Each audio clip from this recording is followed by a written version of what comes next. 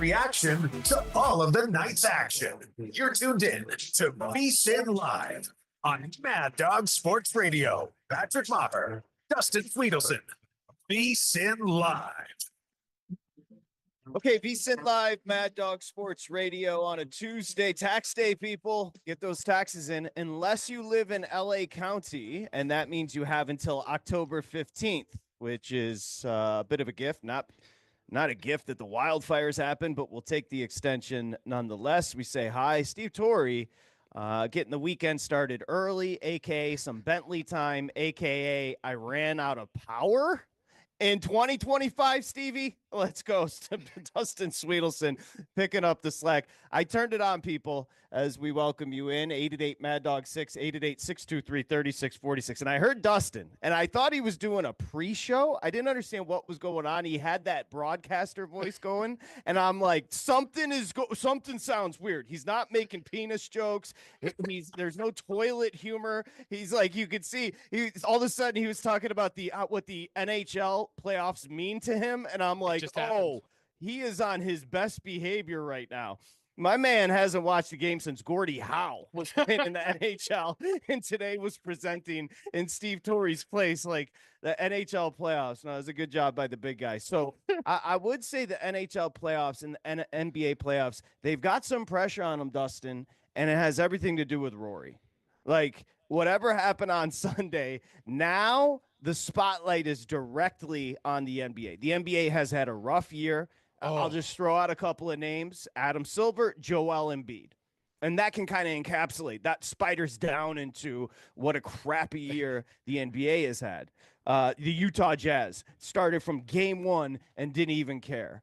And then the injuries, quote unquote, to Wembayama, and you go on and on. So the NBA is in a tough spot. So they need a huge postseason. And it kind of starts tonight with the Grizz and Warriors. Nobody, including, even if Dustin's betting on it, he doesn't care about the Hawks Magic. People in Atlanta and Mickey freaking Mouse don't care about Orlando and Atlanta. Two nondescript teams, nothing's going to happen there. And then on Saturday, we get the first play. You mentioned the NHL playoffs. So, again, Rory, with the drama and the theater from yesterday, has squarely put the spotlight on the NBA in particular, but the NHL, which generally, as you mentioned, generally delivers in the postseason. So I think that's number one to start. Number two, Shedeur and your Giants. We'll get to that because where there's smoke, there's fire. By the way, you mentioned this yesterday. They've retired Shedeur Sanders' jersey at Colorado. He went 13-12. And he just now it's good to have your father as the head coach. Now, let me repeat, people, and this is why people are annoyed with Shedeur, whether or not it's his fault or not.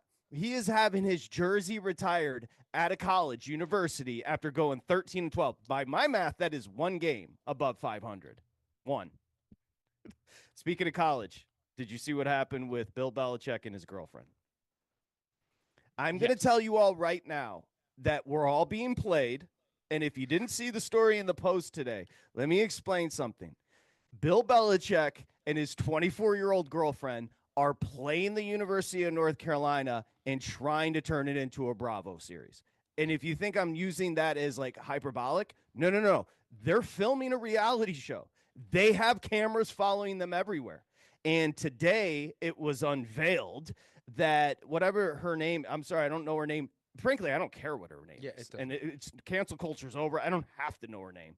Bill Belichick and his girlfriend, all his internal emails at North Carolina, he has demanded that she be copied on them. And what happens with those emails? She replies directly to the North Carolina administration about how they should be marketing Bill Belichick, how they should be positing what the son, Stephen Belichick's hire, means to the university. She's insane. No cancel culture. She's insane. At one point, she wrote to the North Carolina administration and said, do you think it's good that people in message boards are calling Bill a predator? Bill Belichick the next day wrote to North Carolina and said, I don't like being called a predator and having you guys keep that message up. North Carolina said, we couldn't find evidence of you being called a predator. If you don't think that this is going to go downhill quickly, based on what I just said to you, I've been around that world, people. I'm telling you, it doesn't end well for Bill at Chapel Hill. That is that. That is that, big guy.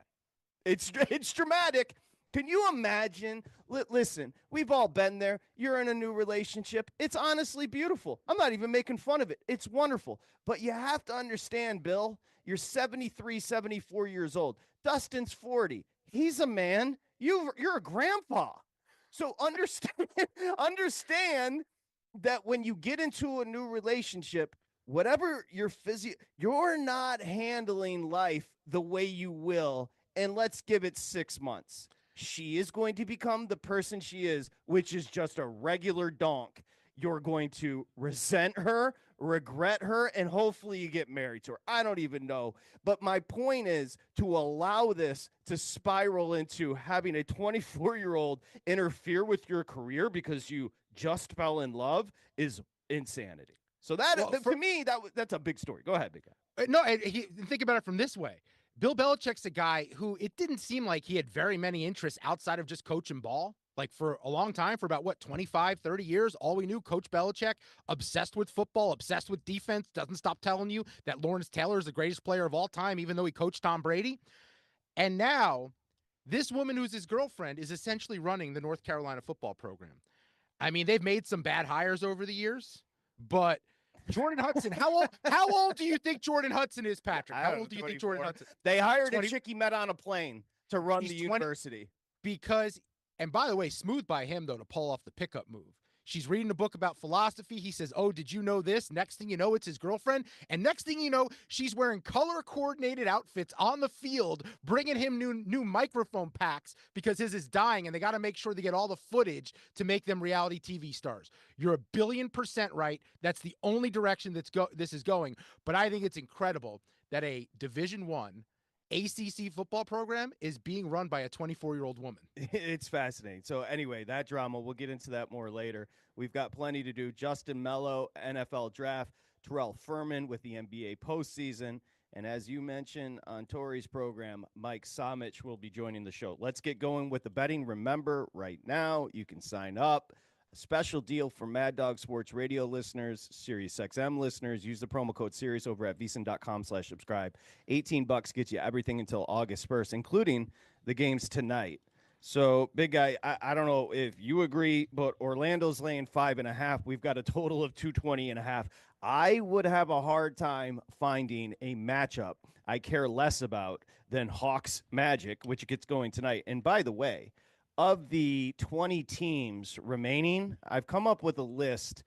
These can't win an NBA championship, and these can win an NBA championship. I'd like you to guess where the Hawks and Magic fall on my list. Yeah, look, I'll ask you another question that you don't need to answer. This game, what's the point? Why are we doing this? What is the end game here? Like, I understand the purpose of the play-in, but unfortunately for the Eastern Conference, the bottom of that conference is completely irrelevant. I mean, the Atlanta Hawks, first off, we're an interesting team early in the year. I think that's worth noting, especially from a defensive perspective, where a guy like Jalen Johnson was becoming a star, but he's out for the year. Clint Capella's out for the year. Larry Nance, a guy they traded for off the bench, out. So this is not the same Hawks team that had potential early in the year. Dyson Daniels, nice defensive player. Trae Young's fine. And then Orlando doesn't have Suggs. They don't have Mo Wagner. And Orlando has a ceiling. They're a good defensive team. They are not fun to watch. They like low-scoring games, and they rely on two big guys to do most of their dirty work in the year 2025. This game is going to be ugly. It's going to be hideous, and neither of these teams are going anywhere in the postseason. With that said, I do have 3 bets on the game. All right, well, we should explain what these play-in matchups tonight mean. Remember, you're going to get 2 tonight, 2 tomorrow. So the winner tonight, Eastern Conference Hawks Magic, the winner advances to face the 2 seed. Then you've got tonight. Now, this is actually a good matchup because Steph's involved. You've got the Grizz and Steph and the Warriors.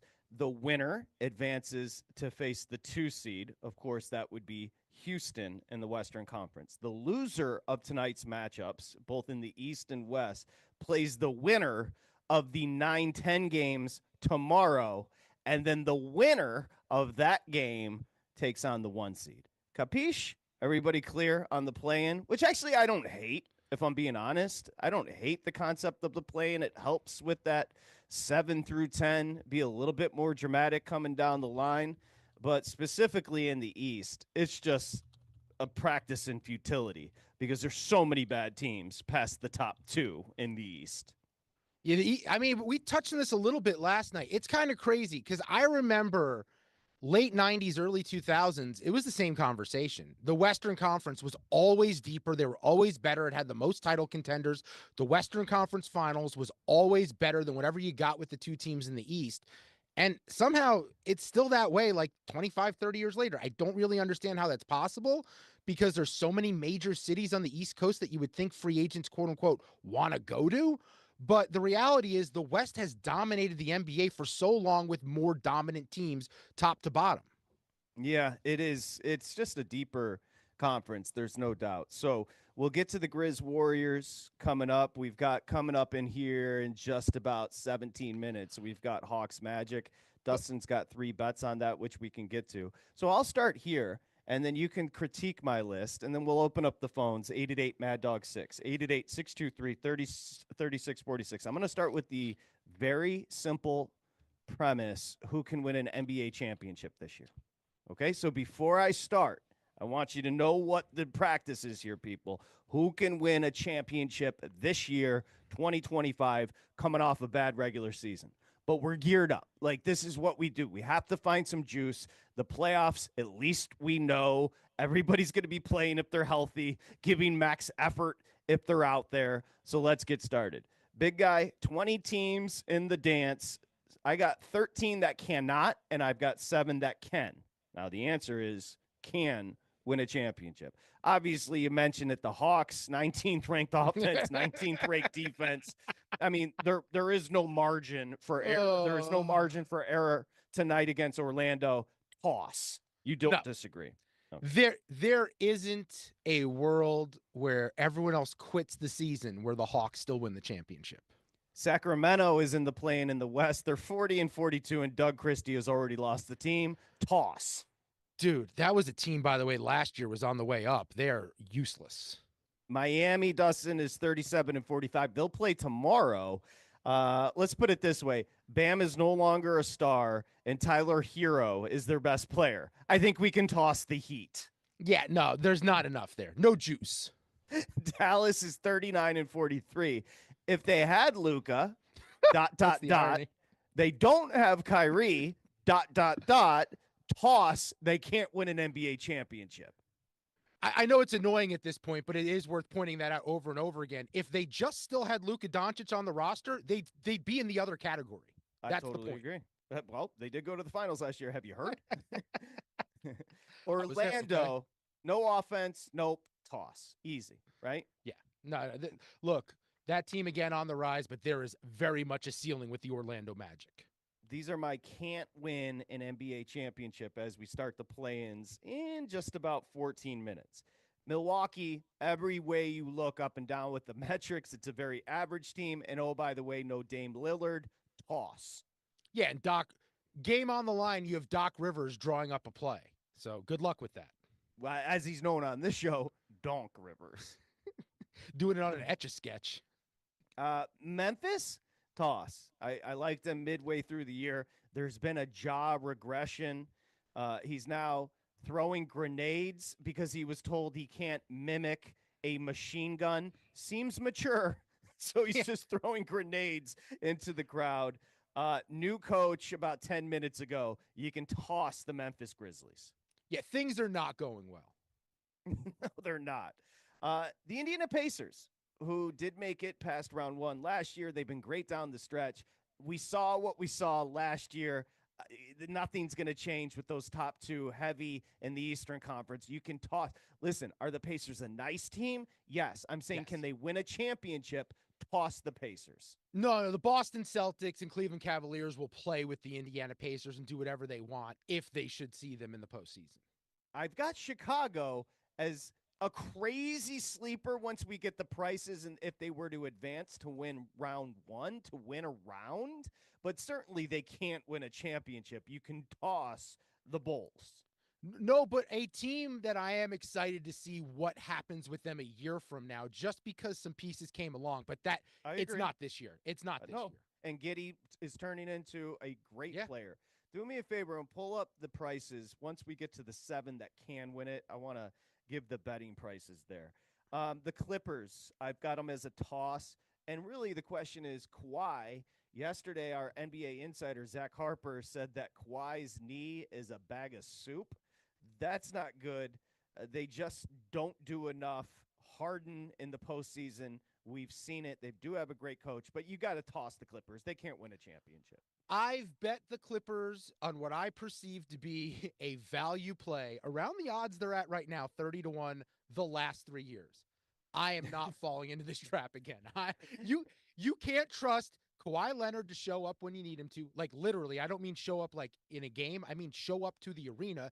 And Correct. 2, James Harden in a big game, I would rather save my money and put it in the stock market, which is a hot mess, than bet on James Harden. And also, the years that you bet them, they did have a better Paul George. They don't have him this year. Some would say addition by subtraction. And then the last 3 in the toss category here, big guy. Maybe you could push back. I'm sure you have the odds in front of you. I've got the Pistons in the toss. And listen, I can't let my heart host this radio show. So I'm going to go with my head. Do I love the Pistons? Yes. Have they invoked the old school gritty Detroit style? Yes, of the bad boys and the hard hat Pistons. But I think we can all agree maybe next year, probably 2 years from now. But this year, certainly not a championship team. Awesome. Yeah, not a championship team, but I'll stand by this. I believe that they are going to push the Knicks to the brink where it's going to impact the Knicks in the next series. I think Detroit's capable of being that. And then I'd also say your Pistons should be the spot that veterans that want to win a championship and still have a few years of their prime left, I would want to go play with Cade Cunningham. That's how special he is. Oh, I totally agree. We're going through the teams as the playoffs get underway tonight with the play-ins in the NBA that can and can't win a championship. The next one is Minnesota.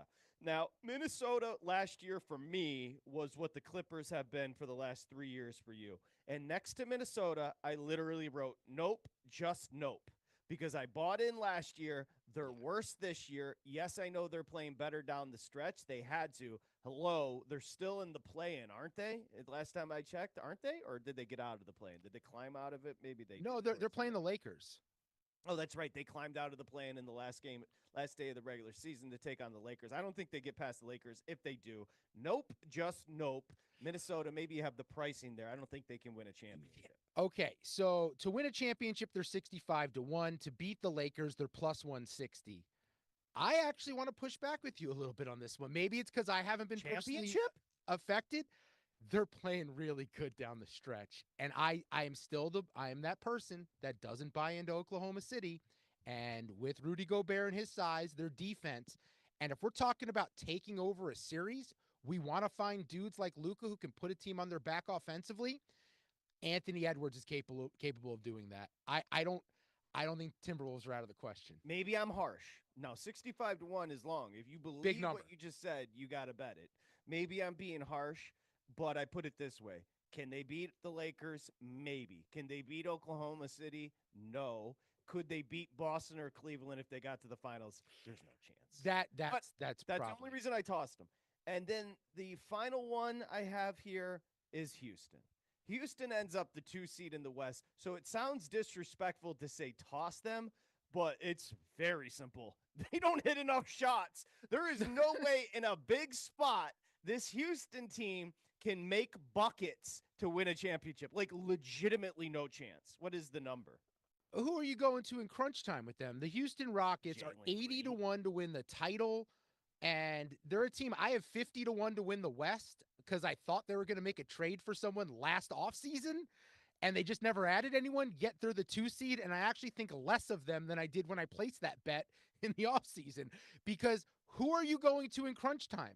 Jalen Green? He's as young. He stinks. He's younger than Bill Belichick's girlfriend. And he can't run an offense, and she can't run the North Carolina University. All right. Let's see. So those are my 13 that I just automatically tossed of the 20. Here comes the 7. Here comes the 7. All right.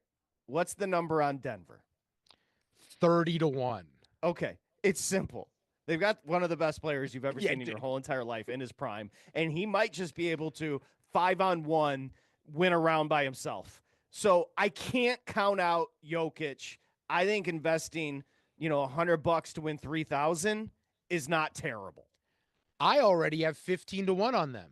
At double the price, nothing's changed for me. I know that they fired Mike Malone, but if you're betting on Denver, it's because you believe they have a player in Jokic capable of going on a heater and carrying that bum-ass roster all the way to the finals.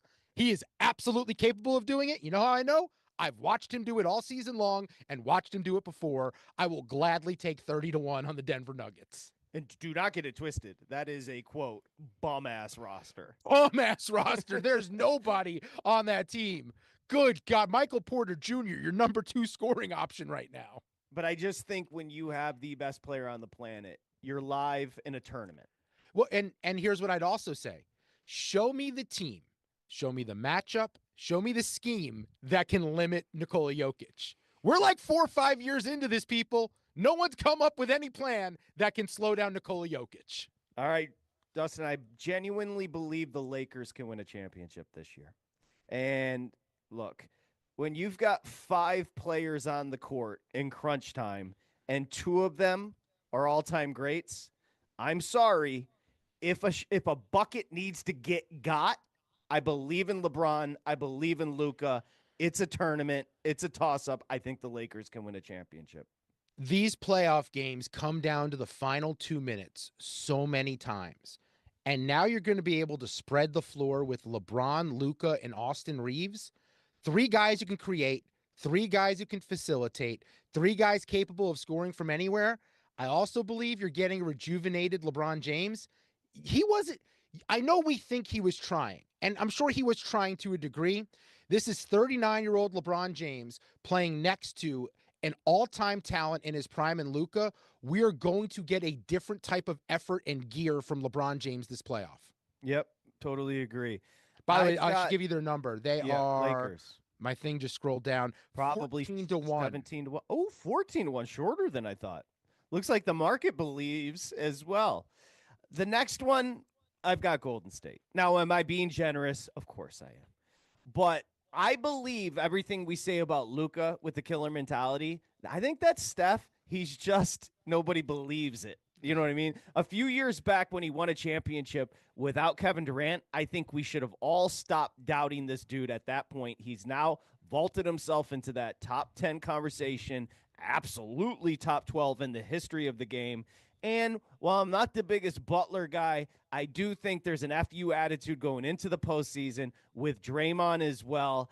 I've got Golden State. It's a flyer. I know it's going to be a long number. I've got Golden State can win a championship. Warriors are right now 17-1. When our show first launched, remember, I bet them 30-1. A little bit of peer pressure from you, so credit to you if that ticket cashes. 30-1.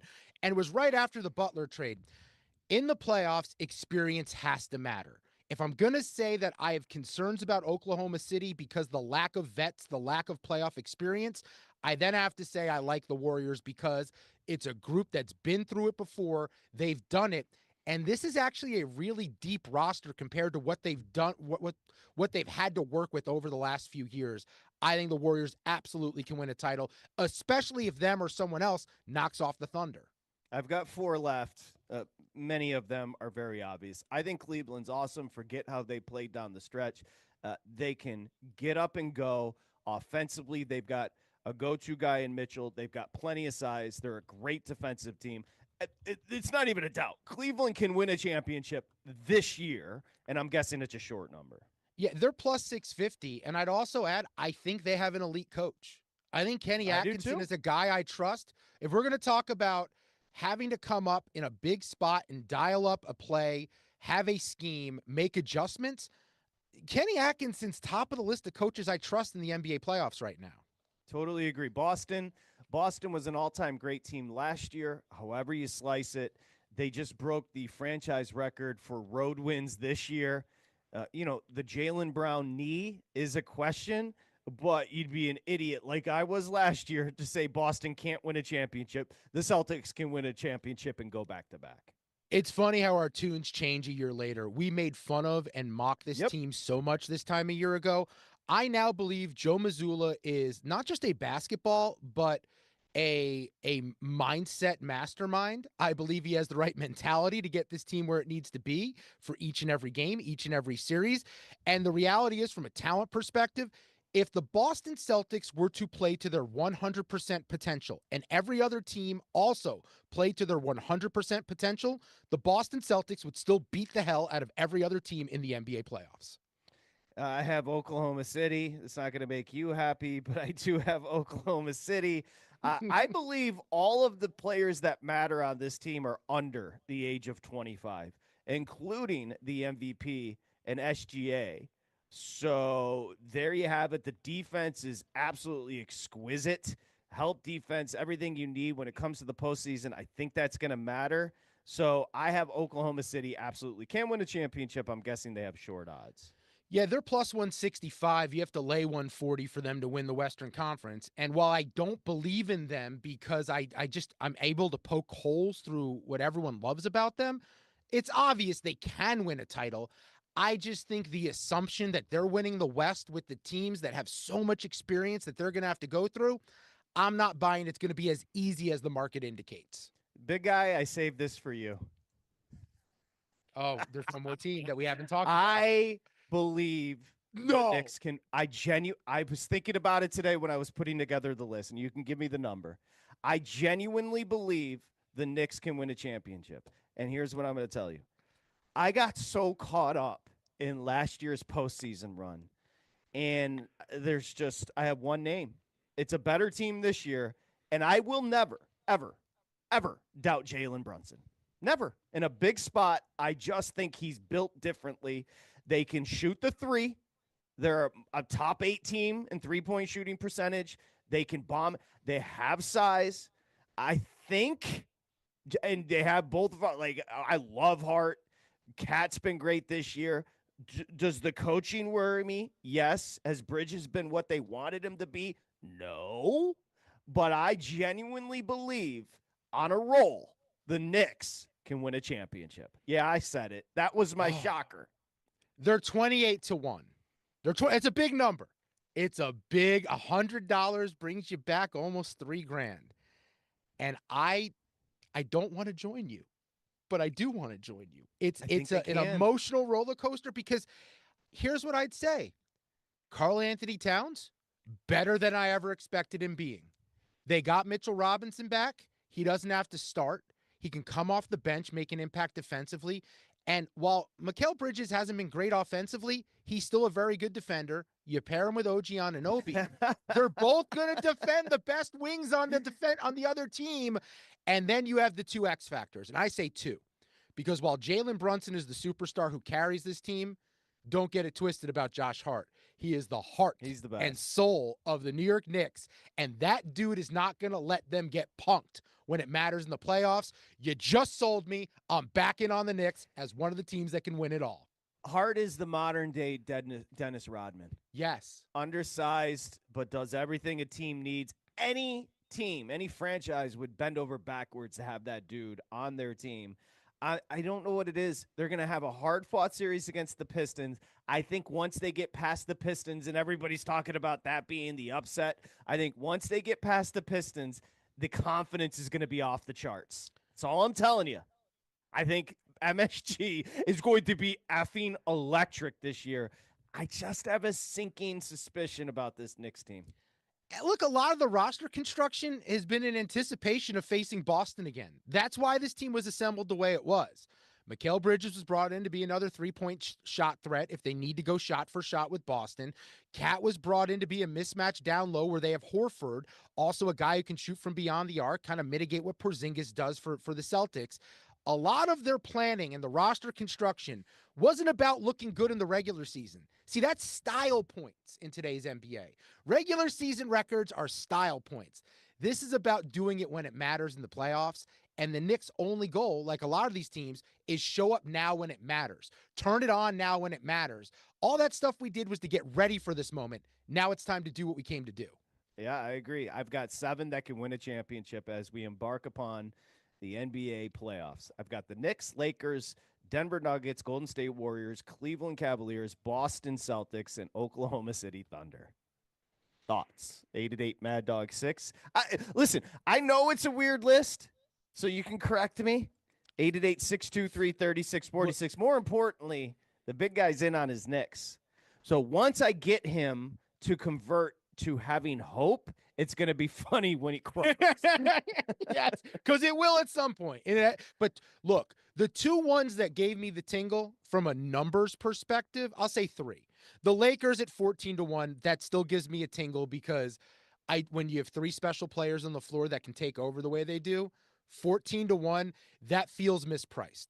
And then the Knicks, as you mentioned, 28-1. But there is a good chance. And by the way, if the ticket goes up in flames, it goes up in flames at 30-1. But there's a very good chance that the NBA Finals are going to start, and we're going to be having a conversation before Game 1. Man, we're idiots for not betting the Nuggets at 30-1 to win the whole thing. That's the one that jumps out. If it's Nuggets Knicks, I will be there for all 7 games because that's going 7. 888 Mad Dog 6, 888-623-3646. Again, we started with, look, this is a lot of pressure on the NBA this year. They've taken a lot of shots, and deservedly so. If you open up on Mad Dog Sports Radio a conversation about the association, it has nothing to do with basketball. So this is their opportunity to show and prove. And I thought it was ironic. We're coming off one of the great sporting events you're ever going to see with the Theater of Rory yesterday. And now we go to a much bigger sport in America, the NBA, and it's time to put up or shut up. Because as you mentioned, NHL playoffs are going to be freaking awesome. If anybody pays attention, that's a different story. But every single year, one thing is guaranteed. Tax day outside of LA County, April 15th, and then the end. Stanley Cup playoffs are going to pay off. Facts. Every year. Because the one thing the NHL offers that some people don't like, but I do, like as from a betting perspective, especially if you're going to bet long shots, any team in the Stanley Cup playoffs can go on a heater. Any goalie can get hot. And next thing you know, you find yourself in the finals and you were 30-1 before the thing started. In the same breath, I do believe in today's NBA. I know it's Boston and Cleveland in the East. I still think Oklahoma City's susceptible, and we could have a longer shot representing the Western Conference when it comes to the finals. So if we can get that out of the NBA, I will say it can go game for game, shot for shot with the NHL this time of year. 888 Mad Dog 6, 888-623-3646. That's where we start today. Legitimately, realistically, what teams do you have heading into the postseason NBA style that can win a championship? We'll get those answers next. It's VSiN Live, Mad Dog Sports Radio. This is VSiN Live on Mad Dog Sports Radio with Patrick Meagher and Dustin Swedelson.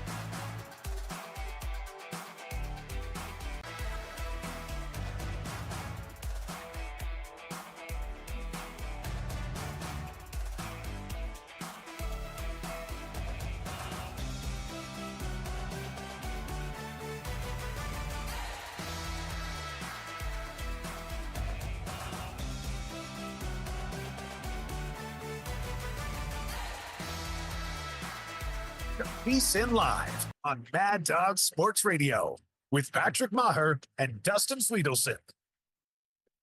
The NBA play-in tournament continues tonight on SiriusXM NBA Radio Channel 86 at 10 East. The Memphis Grizzlies take on the Golden State Warriors, with the winner punching their ticket to the postseason. Hear it all on SiriusXM NBA Radio Channel 86 in your car or anywhere on the SiriusXM app. Dustin Swedelson, I'm Patrick Meagher. We're both live in Los Angeles. Ryan Smith sounds like a fake name you put on a tax return that you don't want to get caught by the IRS. However, that's our guy running YouTube at VSiN Live on YouTube. Stop by, say hello. We appreciate the support. Jump in the chat. Nia Hardman, she's getting her taxes done. Hopefully you people are as well. I don't even understand why, but that is one thing that as humans we can all agree on. It's just one of those things that makes you feel anxious and unnerved, and that is getting a hold of the accountant or getting a hold of TurboTax and getting it done every year. We know it's coming. We know we've got to do it. It just causes consternation. I don't understand why we have to do. I still don't understand it. This is not a political message. My point is, my point is, has nothing to do with January 6th. Has to do with the fact that we just sent random celebrities to outer space in 2025. But at the same time, the government can't tell me ahead of time how much money of mine they need to borrow. And then I have to figure out whether they borrowed too much or borrowed too little at the end of the next year. How does that make any sense? That's all it is. We are spotting the government a chunk of our paycheck, and then we either ask for some of it back or tell them, no, sorry, we actually owe you more. Why can't this be figured out ahead of time? Two things can be true. I'm proud to be an American, but I don't get it either. I don't understand. This feels outdated. There should be a way to know ahead of time and take out the correct amount from each of my paychecks. And by the way, why, if your salary doesn't change each year, it's still a crapshoot what you owe? Yeah, no, it doesn't. They're still just YOLO guessing. They're like, I think you owe this much. We'll settle up at the end of the day. It's like you and your idiot friends figuring out who pays for dinner this time. That's what the government's doing with your paycheck every 2 weeks. And I know there are a lot of accountants driving home right now, so I don't mean this disrespectfully, but they're throwing darts too. Oh, no, and they don't want us to know how the sausage is made, because we'll find out it's a lot easier than it appears. No, but I'm not even dogging, Dustin. I'm not even dogging accountants, because I don't think they know, because I don't think anybody knows. It's like when you say write it off, nobody really knows what that means. Do you know how many people have given me advice on what I can and can't write off, knowing my financial situation? They go, oh, no, if you go to dinner and you talk business, you can write it off. I go, I don't think that works for just everyone. I think you have to own a business to do that. I don't think that's how it works. It's such a scam. Whatever. Oh, you got YouTube TV? That'll save you $1 billion. Yeah. No, you work from home. You can write off your internet. No, you can't. I tried. They said no. Yeah. Uncle Sam's always going to find you, people. He's a creep. He is shady. I mean, I love him. Like I said, proud to be an American. You know what's funny? It's like you talk the NBA, as we do welcome you back here on VSiN Live. You talk the NBA, and I look over, and the only person holding is Mike in the OC. That is a sad, and I love Mike. I know you can't stand him, but I do love him. And I know he's polarizing on the channel, and I know some people love and some people hate. It's just to illustrate. You could be talking about Turkey, and Mike would call. So the point is, he doesn't care about the NBA playoffs. He cares about getting on the air. Nobody else is there. And that is not indicative of VSiN Live. That's not indicative of Dustin Swedelson or me. It's just indicative of where the NBA is right now. We had full lines on Rory. No, so we could get full lines on the NBA, but it would have absolutely nothing to do with actual basketball. That's the problem. That's my mistake. That's the mistake I made. I made it about the actual teams and games. Yes. You're right. Yes. You're right. Yes. Now we could play a game with John Morant. We could play a game with, do you believe in his long-term future in the NBA, with all the shenanigans off the court, with all the grenades and the guns and whatnot. And people definitely have opinions about that. I can tell you which side of the aisle they're on, but they definitely have opinions about that. If you want to talk about LeBron James's legacy, they'll have something to say. But if you want to talk about the actual games and the matchups, unfortunately, unless you're talking betting, people don't care. Simply put, I don't think Bryson DeChambeau is a John Morant guy. No. So, That was good. anyway, and shout to Bryson. Didn't handle himself well after the round yesterday. Didn't. He's kind of a bitch. Yeah, Kind of a bitch. didn't handle himself well. You had some bets going into this game. I know we're a little late because I do believe it's tipped, but maybe people can get involved in game. Yeah, it's early. 6:54 to go in the first. Hawks lead the Magic 10-9 in a thriller. We can get the halftime number and start getting involved in game to have a little fun with it as well. Anything you're looking for in this matchup? Yeah, the first one's going to be Paulo Banchero over 44.5 PRA. It's a huge number, but he went over it in 2 of 3 against the Hawks. I just think Atlanta doesn't have the size, the defensive guys, to slow down the guy who's the number 1 scorer for Orlando, especially with Franz Wagner out of the lineup. I think Paulo Banchero goes off tonight. I'd also, on the other end for Atlanta, go under on Okongwu. I always mess up his name. Onyeka Okongwu, under 28.5 points, rebounds, and assists. I think because he's going to defend Banchero a lot, he's going to get pulled away from the basket. Rebounds should be lower than usual. And I don't know if he's going to be able to score against that front court for Orlando. They have some size. Wagner, Wendell Carter, they could limit him as well. And then Dyson Daniels, the guard for Atlanta, 13.5 points. Thought it was way too low. In a situation where a good Orlando defense is going to focus on Trae Young, he could end up getting some good open shots. And all season long, he's knocked down them. So over 13.5 points on Daniels.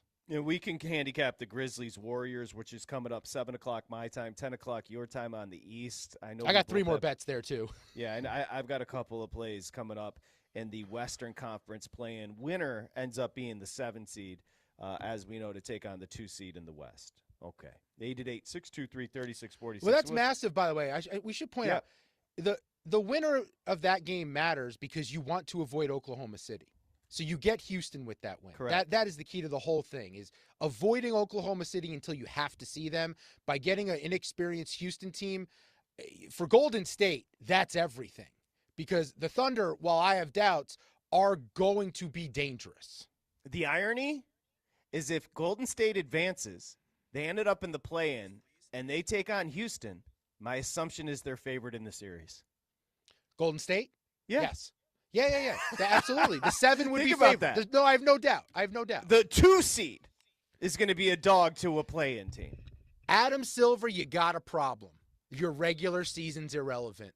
Your number 2 seed does not stand a chance against a team that could potentially win the 7 seed. However, we should note that Golden State has yet to win a play-in tournament game. They're 0-3, so they would have to do that first in order to take on Houston. Yeah. I have a hard time believing they're not going to. It's a 6.5 number. Is that number moved at all tonight? I thought I saw 7 last I looked. It is 7. Oh, it popped up to 7? Which is interesting because every quote-unquote expert I see out there is saying they like Memphis in the points because there's a rest scenario playing out here where, down the stretch, the Warriors were playing to avoid this game. And they were playing hard, and guys were playing full games. And Memphis knew that they were destined for the play-in tournament, so they rested people down the stretch. So I'm curious, this number going up to 7, the market believes a beatdown is coming. That is betting on Steph, betting on Golden State. That's betting brands over Memphis. Let's open up the phones. Hey, Mike, you understand my point. I wasn't throwing shade at you. But, you just generally just call to chop it up. You don't really care. Listen, I chop it up, whatever you guys want to do. First of all, how does Dustin not know about writing out stuff as a Jewish guy? I mean, this is ridiculous. We may have to convert him. He doesn't know about writing off your stuff at home when you're using your internet. Dustin, it's a write-off. Of course it's a write-off. Get a new accountant, for goodness sakes. I'll give you a name. Anyhow. Are you an accountant? Mike, are you an accountant? I am not an accountant. Oh. Insurance business. Just play my guess is you sell something. You probably sell something. Wait, all these years you don't know what I do? Yeah, I think you sell. You just said it. You sell insurance. No, don't I you don't get paid sell to? it. Do you get paid to sit on hold on Mad Dog Sports Radio all day? Because you do That that is more what than your I've job. been doing, pretty much. It's amazing, isn't it? Wait, you don't sell insurance? I told you guys a story, right? I'm on a Zoom call. I'm on hold with Russo. And he comes to me, and I say, "Hey, Chris." They go, "Who's Chris?" I'm on the Zoom call with the phone. I go, "Oh, shoot." I got all panicky and hung up on the Zoom call and took the Chris call. Yeah, of course. You didn't hear that? I took the Chris call to hung up on the Zoom call. You know what? That's actually pretty Is that funny. great or So what? you sacrificed your potential employment to make sure you get that 3-minute and 30-second call with Dog in. I talked that's to him so today. good. We had a little chat. Yeah. Unbelievable, isn't it? Pat, let's face facts. The league wants Lakers Celtics, doesn't it? They want the Lakers. They want to see this again. You know what's interesting about the Knicks? Lakers-Knicks would be fun, too. I think it's going to happen. Throw back to 70, 72, and 73 back in the day. They want the big markets. Yeah, Oklahoma City's nice, and these other teams are okay, but they want the Lakers in there this year. They don't want Oklahoma City in there. They want the Lakers back. Well, No, I actually sorry, Mike, to cut you off, but not overly. He's not wrong. If the NBA, after a horrific year, Dustin, got Luka and LeBron versus Celtics, they would be ecstatic. Yeah, I mean, that would be, I mean, look, Lakers, anyone works. Lakers, Celtics works. Lakers and the Cavs, LeBron against the team he brought a title to. Lakers against the Knicks, that works. I think the only thing they fear, if there is one worst case scenario for Adam Silver, it is Oklahoma City, Cleveland. That just can't happen. That needs to be avoided at all costs. Any other scenario pretty much works here. To use a tax term, if we end up with Oklahoma City, Cleveland, there will be an audit. So Silver would say, hold on a second, we got to step in here. Somebody's doing something wrong, because the ratings would be booty. We would be writing off the 2025 season as a whole. No one would remember who won the championship 10 years from now. You know the irony? Be a great series as far as basketball. Again, the actual basketball would be phenomenal, but nobody would care. No, seriously. Those teams are deep. Those teams both go. Those teams would be fun. Both teams try their asses off. There's there's high level talent on the floor, athleticism, guys who can shoot, guys who can defend, play in the post. You have a little bit of everything, Oklahoma City and Cleveland. It's just unfortunate because no one's going to watch it. Nobody's going to care. It's true. It's true. 888 Mad Dog 6, 888-623-3646. All right, so when we come back, we do have Memphis, Golden State tonight with the play-in in the West. As Dustin mentioned, that's jumped from 6.5 up to 7, so a lot of support coming in on the Warriors. We'll break that one down next. VSiN Live, Mad Dog Sports Radio. This is VSiN Live on Mad Dog Sports Radio with Patrick Meagher and Dustin Swedelson.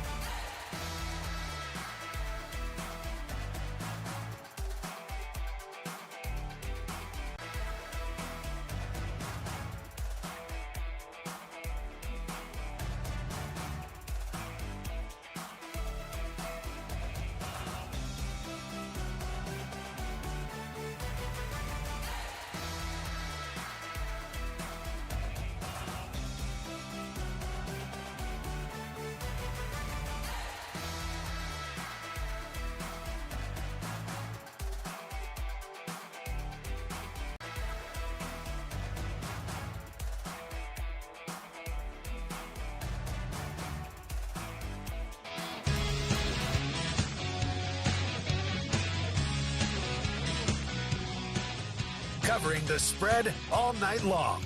This is VSiN Live on Mad Dog Sports Radio.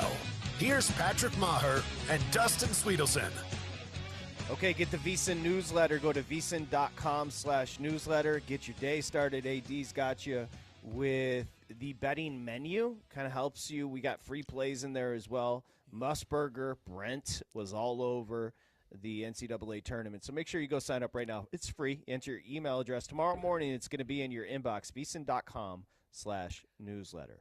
All right, so I know also I've been hearing tonight with Memphis at Golden State, that number's jumped up to 7. I don't really want to mess with that. That does seem a little steep. Yeah, but I did hear from 3 different bettors that are betting the under in this one. And I think you can get up to 229.5. Maybe it's down to 229. What do you have right now? I'm looking now 227. Yeah, see, that's dipped. Opened Wow.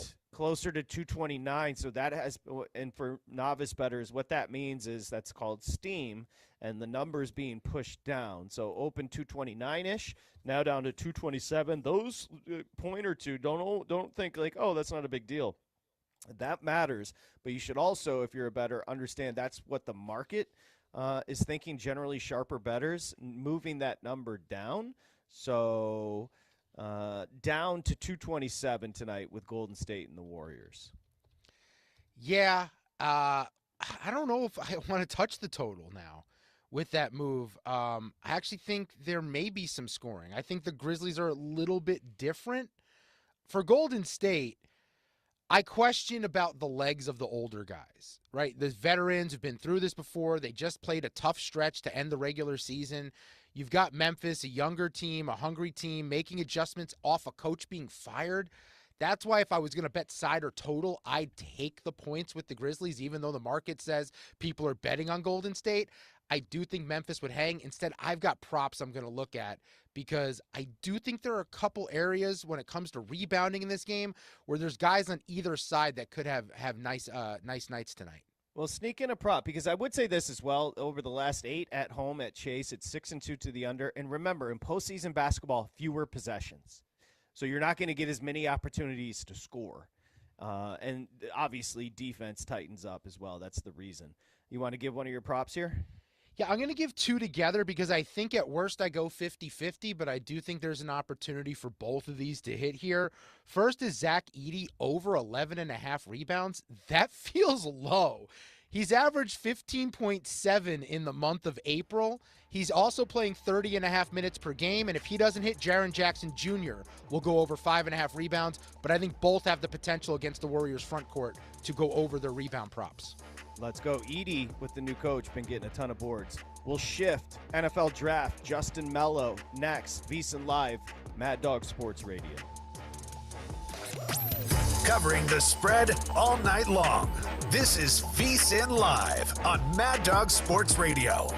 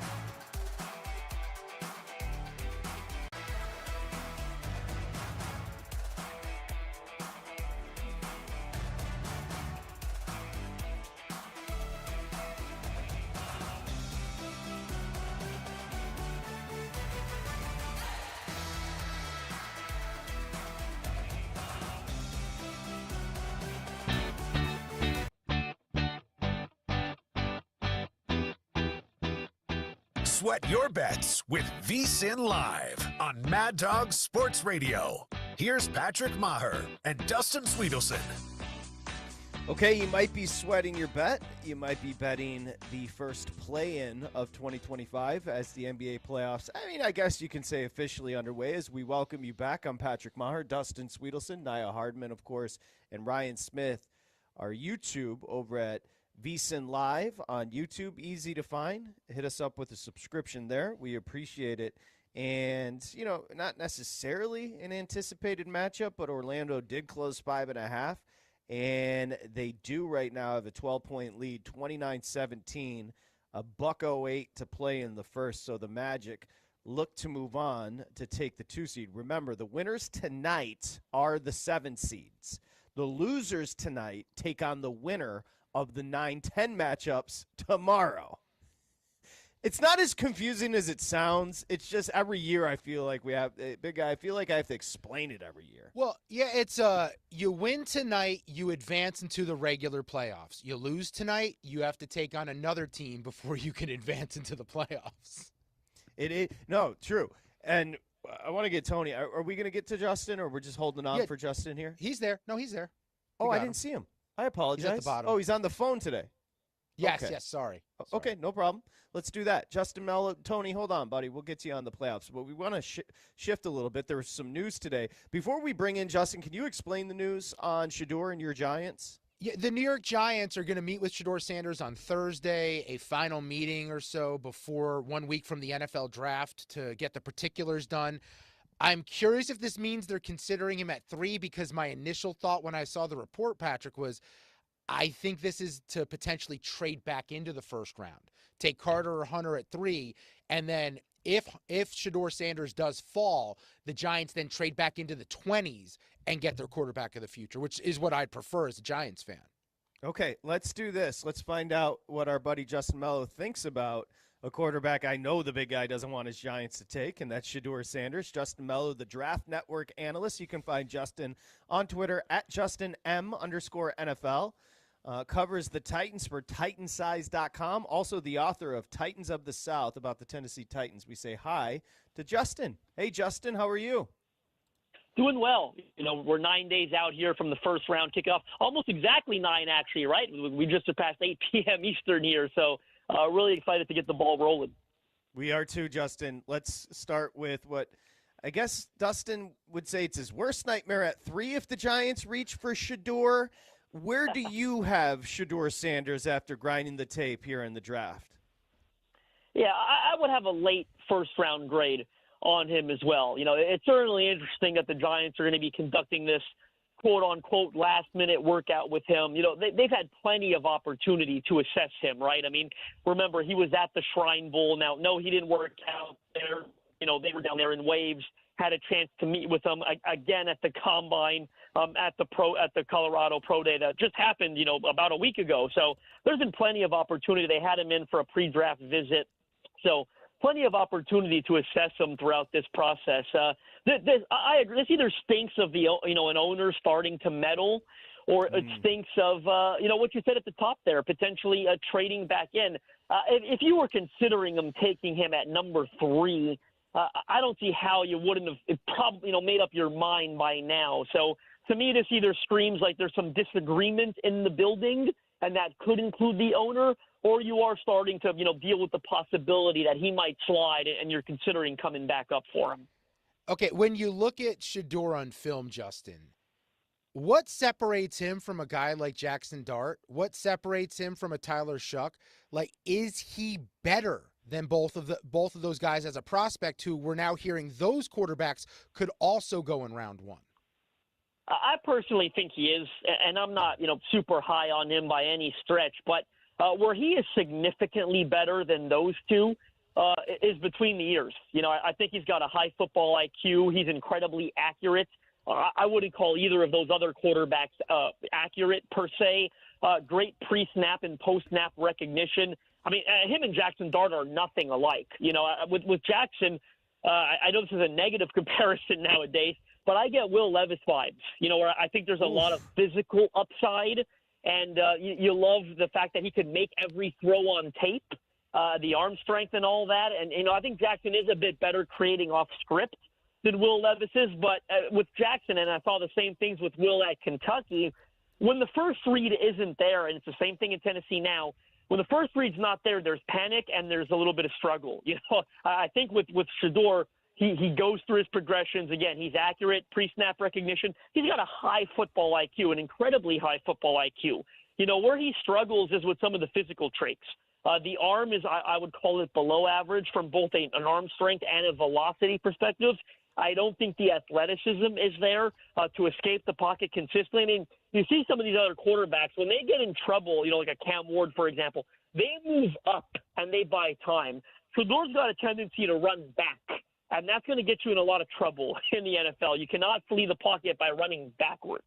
So I don't think the athleticism is there to flee a collapsing pocket, and I think the arm strength velocity is below, NFL starting caliber standards. Our buddy Justin Mello, he's joined us for years, one of the best covering the draft. The Draft Network is where you can find him. He's interviewed a ton of draft prospects again this year. Let's get the quarterbacks out of the way, then we'll dive deeper. You do cover the Titans. The Titans are going to select Cam Ward. Should the Titans fan base be excited? They should. I think the Titans went into this process with an open mind. Leading up to the NFL Combine, there was a good chance that they were going to trade the pick. And the reason Titans fans should be excited is, look, it's an old cliche. Did quarterback desperation get the best of them? I don't necessarily think that's the case here. Again, they went into this process with a very open mind. Remember, they've got a first-year general manager who's got a very long leash and a president of football ops who has a very long leash. They did not have to take a quarterback this year. This is not the owner's demands. They naturally fell in love with him, Cam Ward, throughout the pre-draft process. Now, remember, the Combine, that was their first opportunity to meet with him. So leading up to that, they were thinking trade back, or they were thinking Abdul Carter or Travis Hunter. Remember, he wasn't at the Shrine. He wasn't at the Senior Bowl. So the formal meeting at the Combine, that was their first touch point with him. What I was told is he blew that meeting out of the water. It's only 20 minutes, but they came away really impressed with his football IQ, his nuance, and just his understanding of playing the quarterback position. What did they do from there? They brought him to Nashville for a pre-draft visit before free agency opened. That was very strategic. Do we like him or not? Let's find out before free agency opens. Are we going to get into the Sam Darnold sweepstakes? Are we going to consider one of these older bridge guys like a Russell Wilson? Well, they brought him to Nashville for, again, a much more extensive pre-draft 30 visit, and he knocked that out of the park again. From there, they go to the pro day. I don't know if you guys saw the clip. He makes that one throw on the run. He whispers something to the GM and the president of football ops. We later find out he said, "I'm solidifying it today." They love the confidence that he plays with. And then they go back to Nashville after the pro day, and less than a week later, they return to Miami. What a convenient excuse to go back to the city of Miami. I wonder what nightclubs they were in. They go back to Miami for the private workout, and the owner flies the private jet, by the way, to meet him. So they've been just obsessed with him since the Combine onward, and Titans fans should be excited because all indications are they have held a thorough process, and he's aced it every step of the way. How about the guy expected to go number 2 now in the betting market? I mean, this thing has flipped a little bit, but the expectation now is that Travis Hunter will be the second pick in the draft. When you look at Hunter as a prospect, if he was just a receiver and he was just a corner, where would he be on your chart for this year, Travis Hunter? I think he would still be an outstanding prospect, and I get this question a lot. He's still top 5. I think if he plays just one or the other, right? If he's a receiver, I think you're comparing a little bit to Jamar Chase coming out of LSU. Now, I'm not saying what Jamar Chase is today, what Jamar Chase was coming out of LSU. I think you really appreciate the traits and abilities. And now, one thing that really struck me throughout this process, Cleveland Browns general manager Andrew Berry, at the Combine, a lot of teams, when they were asked about Travis Hunter at the podium, Titans included, who were considering him at the time, a lot of them said, well, I think, probably corner, but he's special enough to play both. Andrew Berry was one of the few general managers that said wide receiver first. And the reason that really struck me as interesting at the time is the Browns are loaded at corner on the depth chart. You know, Martin Emerson, Greg Newsome, Denzel Ward, they've invested a lot at that position over the years. That is not the case at wide receiver. It is Jerry Jeudy and friends in Cleveland. So the fact that they were assessing him as a wide receiver first, I think spoke to how much they like him and spoke to the possibility that they were going to take him at number 2, dating back to then if he was going to be available. I mean, to me, this is written in pen. You know, the Cleveland Browns are going to take Travis Hunter at number 2, and he is generational. I don't throw that word around lightly, but the ability to potentially play two ways does make him unique. You know, we're talking Shohei Ohtani potentially here of the National Football League. So it's a foregone conclusion that he's going number 2 to Cleveland. Justin, have you heard scuttlebutt on the two-way potential? Like, how realistic would it be with Hunter and the implementation of it? I think there is some natural pushback. You know, I've spoken to scouts who worry that his frame might be too slight to handle a legitimate two-way workload. I'm curious to see how this goes myself. You know, certainly do I think he's special enough to potentially pull it off? Yeah, I do. And I don't say that lightly because I realize the magnitude of what we're discussing here. It doesn't happen, right? I think the majority of pushback, again, comes from the frame. What makes me more comfortable is I think wide receiver on a series by series basis, almost, you know, full time, because that's where he's going to make his money, right? Receivers make more than corners. It is a more premium position than corners nowadays. And again, the team and the city he's going to needs a wide receiver. What I would like to see early is to not overload his plate. It's wide receiver. How about corner and maybe 3 corners, sets? Maybe, you know, he's not going to play the nickel. So if you've got a guy that can play inside, outside, and I know, you know, not every team has them, but I think Cleveland does. If you got a guy that can do that, when you're in, you know, base defense, 2 corners, if you got a guy that could play opposite Denzel Ward as your outside other boundary corner, and then you can kick him to the nickel in 11, you know, when you're maxed up with 11 personnel, and that's when you bring Travis in to play outside corner. I think that makes more sense to me. Is you don't ask him to play both on a down-by-down basis. You've got a specific package for him at corner, and you're going to use him at wide receiver on an every-play basis.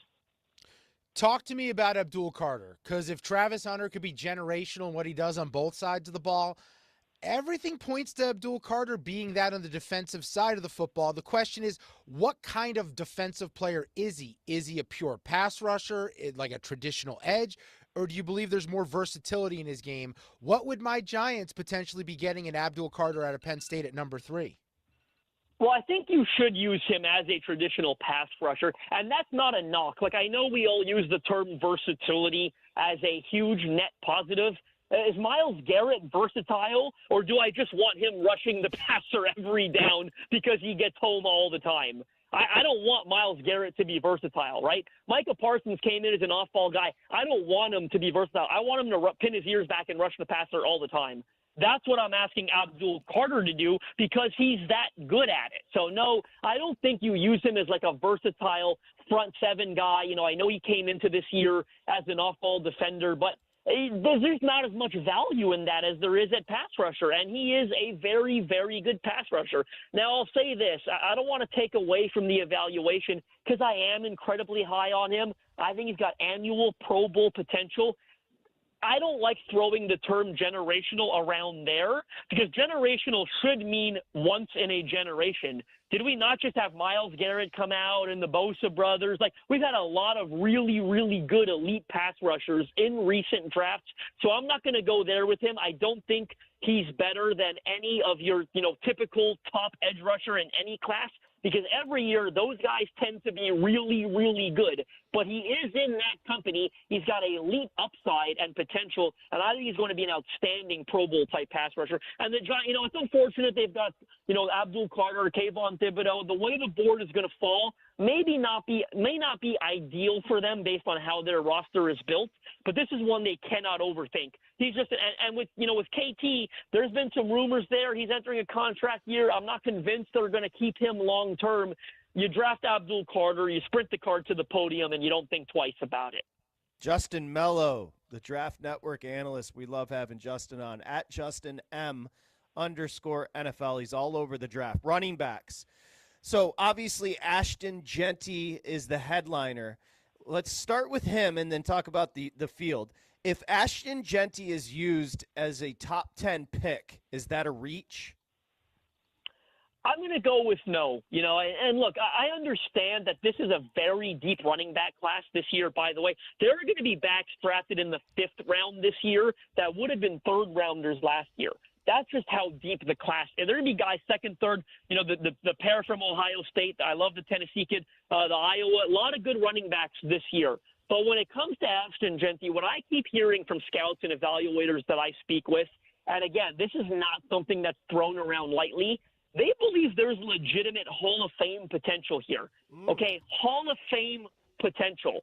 So, yes, when it's him versus the field, he is that much better, I think, than everybody else. And it's not – look, did you see the photos going around at the pro day? I mean, he's a physical specimen. The body, the build is just incredibly unique. And what keeps coming up in every conversation, again, is the character. This is a guy that people believe is you pair Hall of Fame talent with Hall of Fame character. He's going to be the hardest worker in the building. He is a legitimate 3-down workhorse, and there are not a lot of those guys left. I don't know if you're NHL fans, but I compare the running back to the goalie in NHL. Teams are going with tandems nowadays. You got 5 of those guys that are true workhorses. That's what he's going to be, and they do think he's that special. This is a guy that could wear a gold jacket one day and have his bust in Canton. So, yes, this is an outstanding class, but he has set himself apart in the eyes of NFL evaluators. You said it's a deep class for the running backs. It's not deep for quarterbacks, so I'm curious. Obviously Cam Ward, number 1. Shador will be there in the 1st round, most likely. Jackson Dart. How many of these quarterbacks do you expect to go in the 1st round, and what do you think the right destinations are for a guy like Dart, for a guy like Shuck, for a guy like Jalen Milroe potentially? I know I'm going to be very reserved here, and I'm going to call BS until I'm proven otherwise. And I might look like a fool next Thursday. I still think it's going to be 2. I think this whole process, we've been talking about Cam Ward and Shador Sanders, and all of a sudden, as we get closer to the draft, do you know when the most accurate mock drafts are released annually, by the way? This will shock you. It's in January and February. It's before everyone starts overthinking the process and these rumors and lying season runs rampant. Those guys haven't been 1st-round picks the majority of the time. Your Jackson Darts and your Jalen Milroe. I'm not buying that all of a sudden they are. So I'm going to go with 2. I'm going super reserved. In terms of landing spots, obviously the New Orleans Saints are a team that now, might find themselves in the quarter. It's either they're tanking or they're in the quarterback market right now. Obviously the Pittsburgh Steelers with the Aaron Rodgers shenanigans that are ongoing. Again, the Giants, if it's not Shador at 3 and they don't trade back up for him, they probably grab one of those from the secondary group. I look at teams who are, have these quarterbacks on these 2 or 3 year contracts that aren't super committed, might be surprise landing spots like the Las Vegas Raiders with an aging Geno Smith. Seattle didn't commit a ton of term to Sam Darnold. The Rams got to have a plan for life after Matthew Stafford at some point. So outside the obvious landing spots, I think those 3, of course, the Giants, the Steelers, the Saints being the obvious ones after the Titans. I think the Rams and the Seahawks could be some of the surprise landing spots for those 2nd and 3rd tier quarterbacks.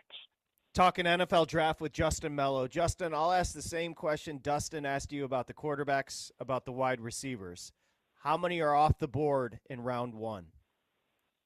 I think you'd probably, I guess if you're counting Travis Hunter in that, you probably set the board at, I'm going low, 3.5 to 4.5 if I was an over-under guy.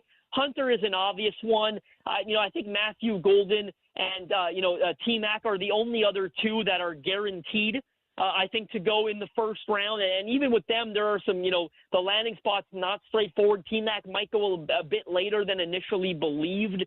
After that, I think the big questions are Luther Burden out of Missouri, who I think has 1st-round talent, but from what I'm hearing might not have 1st-round character, and that's the question on him. And then you got Emeka Egbuka out of Ohio State, who I believe, again, has 1st-round talent, but if he does go in the 1st, it's 6 overall, so there's a chance that he slides past that. So I think the obvious three are a lock, and again, that's including Travis Hunter. You've got two more who are maybes. I'd be shocked if the number is higher than 5.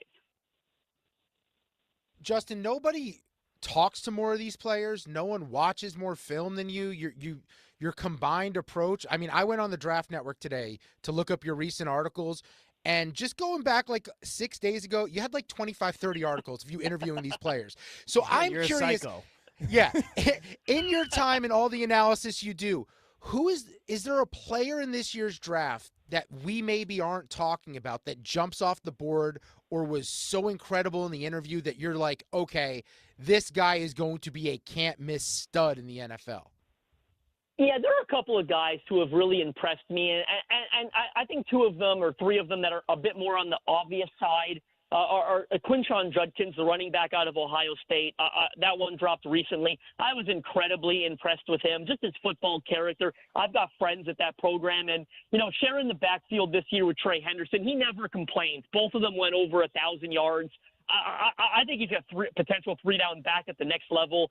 Vision, power, speed, and the character, the IQ is just off the charts. One we're not talking enough about is Ty Robinson out of Nebraska. Teams see this guy's a 3-down lineman, stops to run on early downs, can get after the passers, more athletic than he gets credit for, at least by the general public. I think he's going earlier again than people anticipate. Another one that's like a sneaky, back-end first-round surprise is the pass rusher out of UCLA, Femi Oladeo. That guy, I've almost never seen anything like it. He switched positions from off-ball backer to edge rusher in the middle of the season. It's so rare that happens, and he was successful doing it. The athletic upside jumps off the screen. Imagine what he's going to be when he actually has a full offseason to learn and acclimate it, and he gets NFL coaching. But there have been a lot of guys that have impressed me. Braden Swinson out of LSU deserves way, at edge on tape. 8.5 sacks this year was so damn good. This is a deep edge class. The kid from South Carolina, Kyle Kennard, impresses the heck out of me. Jordan Birch out of Oregon probably has the best bull rush out of anybody in this class. Sean Dolick, the linebacker out of Buffalo, has got tremendous football character and high football IQ. I think he's going to be an absolute stud, a steal for a team on early day 3. We're closing in on 200 interviews this year on the Draft Network. It's been an incredible process. I'm both excited and sad to see it come to an end. I'm excited to sleep, but I'm also sad to close the chapter on this year's draft, and already looking forward to getting going on next year's. Yeah, you got to get a nap. We'll end with this question, Justin.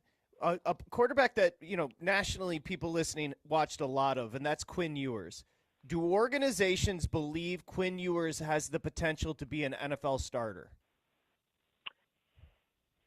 I'm hearing better on Will Howard from Ohio State and Kyle McCord out of Syracuse. With Quinn Ewers, I think there are a lot of concerns. He's an older prospect.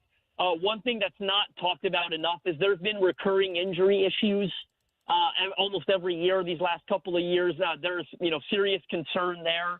And then, of course, there was the failure to kind of meet expectations this past year.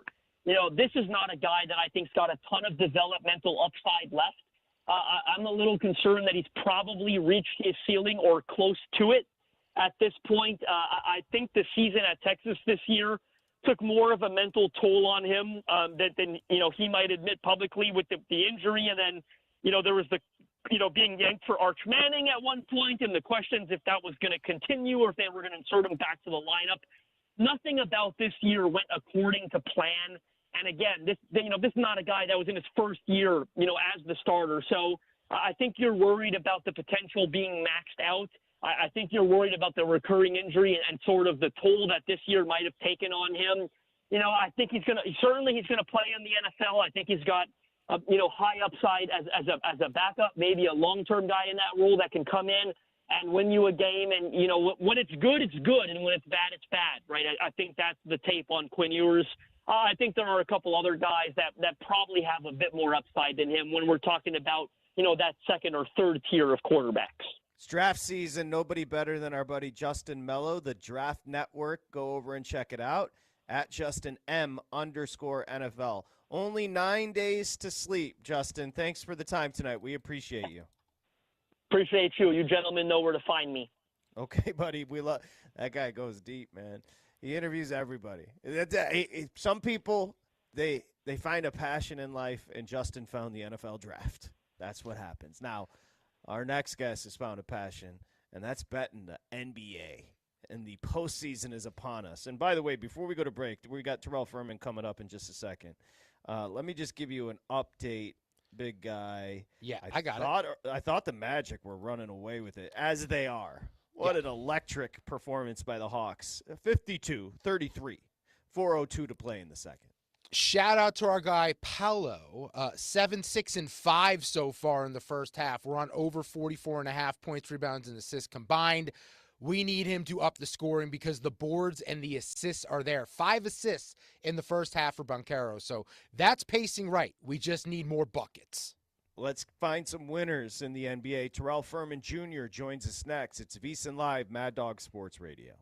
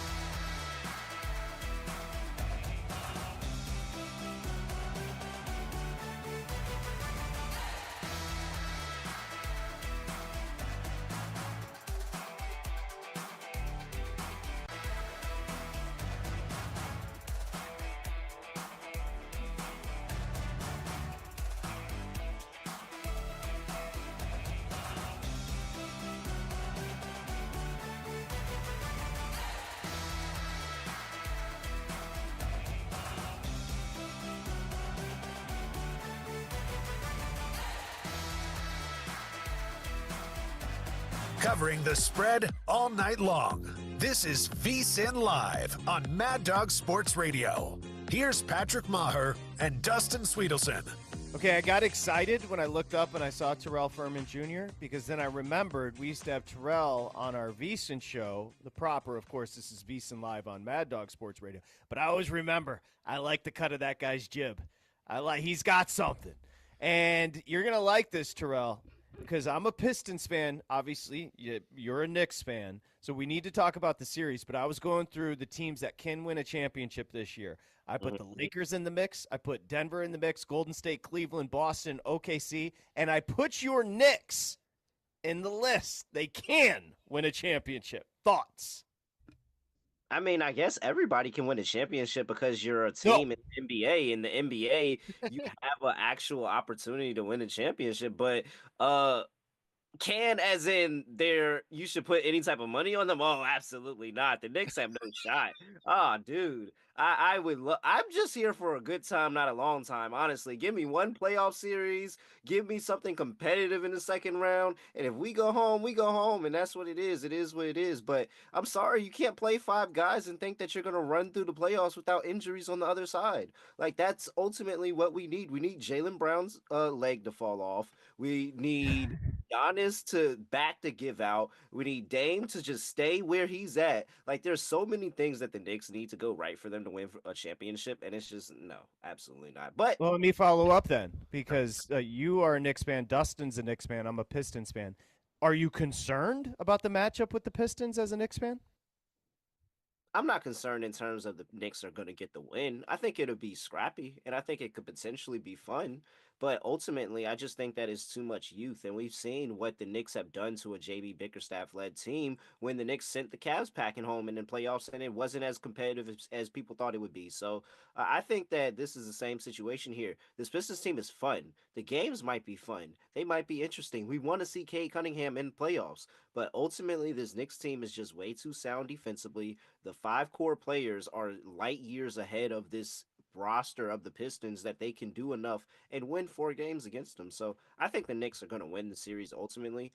I like the Pistons plus 2.5 games, actually. I already have a bet down on that minus 130 odds that the Pistons keep this close and it's not going to be just this 4-1 slaughter by the Knicks. Like, they could win 2 games. All right, aside from the betting, though, let me ask you, as a Knicks fan, with Michael Malone now out there as an option, would you envision a world where this is the end for Tibbs if they don't advance a little bit further in the postseason and you hand the keys over to Michael Malone? Do you believe that's something the Knicks are thinking about?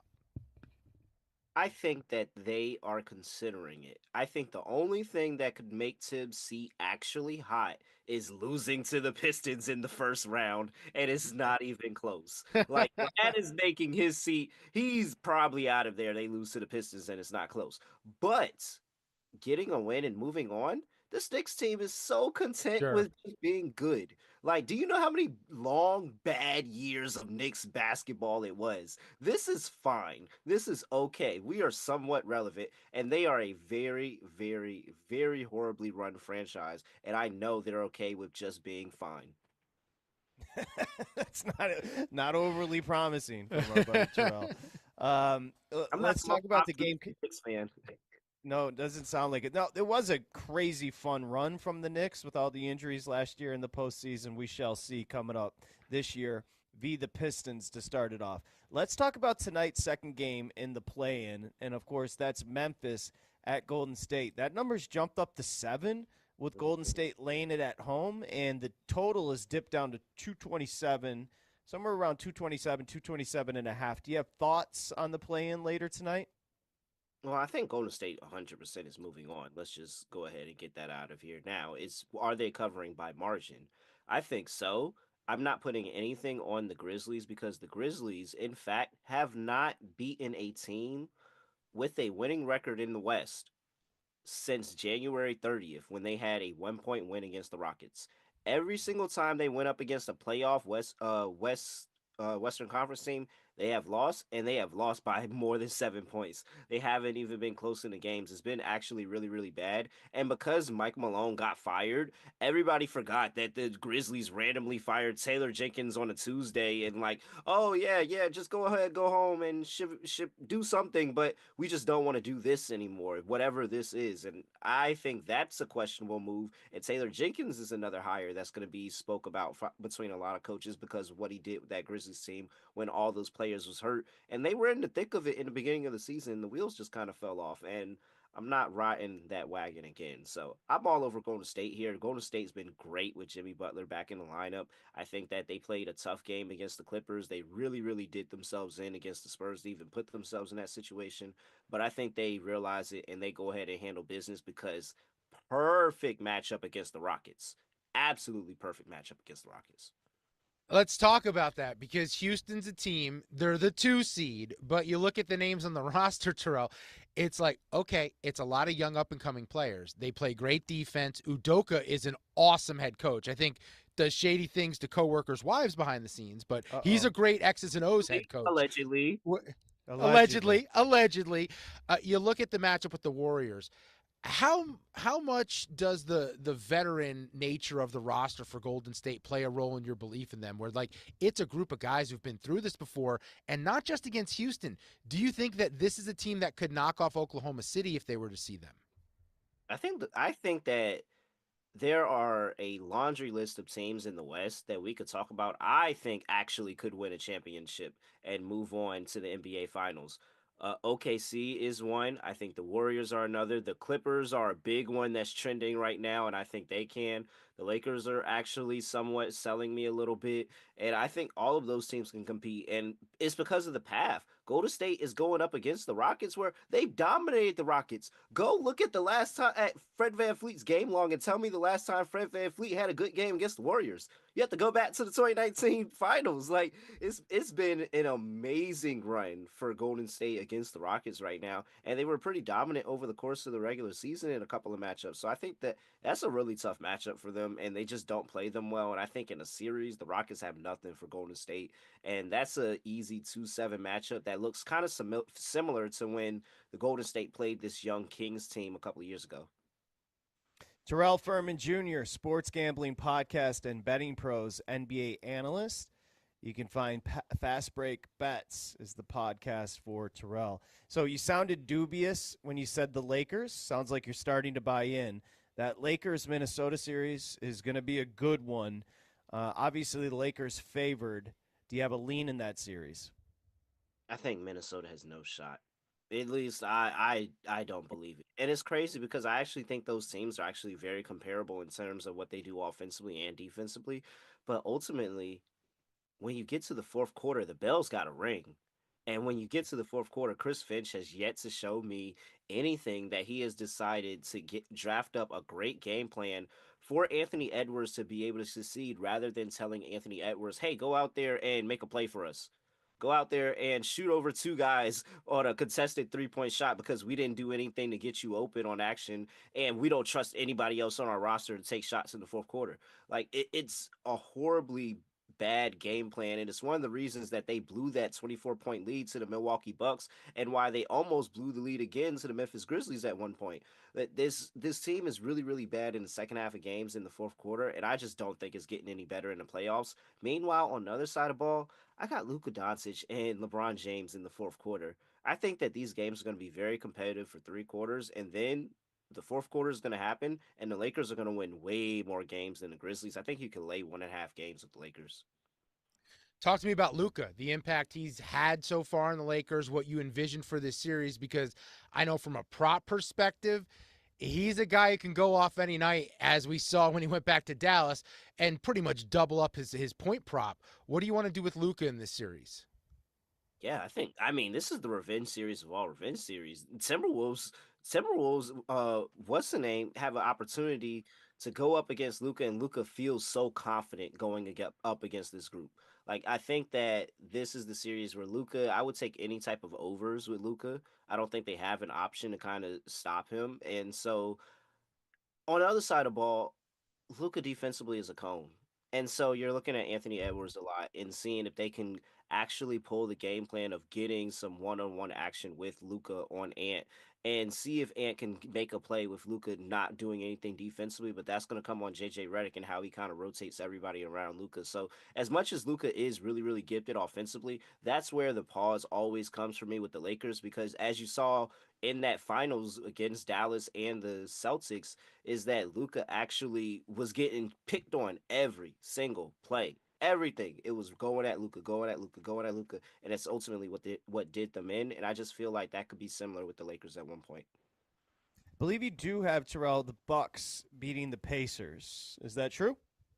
Yes, I do. I don't think that I feel the best about this series. I don't like either one of these two teams. I'm actually really, really tired of it because we saw about 11 of these games last year, and nobody really wanted to see it then. Nobody wants to see it now, especially without Dame Lillard. But Giannis's totals against the Pacers are godly. Like you look at the numbers and there's 30-point games, 40-point games, 50-point games, 60-point games. He's done it all. He's actually been really, really dominant, and he didn't get to play in that series last year. And it feels like a great revenge spot of Giannis finally getting to play against the Pacers and actually prove, hey, it's gonna be something different. You know how somebody sit on the bench and be like, "Oh yeah, you glad I ain't in the game? You glad I ain't healthy to play you?" Well, it's time for Giannis to actually do that against the Pacers this year, and this Pacers group isn't good defensively. So I trust the Bucks slightly more. I know it's scary with Doc Rivers in a 7-game series, no matter what team he's on, but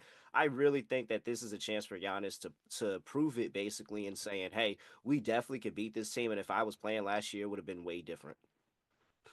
Okay, how about this Clippers Nuggets series? What are we doing here? Because it's really difficult. You've got Denver and Jokic and a bunch of randos, right? And Jamal Murray, I guess, if he's healthy.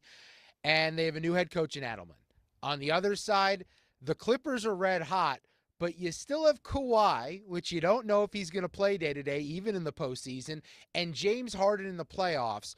They're red hot, the Clippers. What's the play in Clippers Nuggets? I would be shocked if Denver won 2 games. I would be Wow. shocked. I would be shocked if Denver won 2 games, honestly. Denver hasn't been good defensively at all this season. I mean, not at all. Since the All-Star break, giving up 23rd in opponents' points per game. They letting anybody score anyways. And the Clippers have been the hottest team in the league.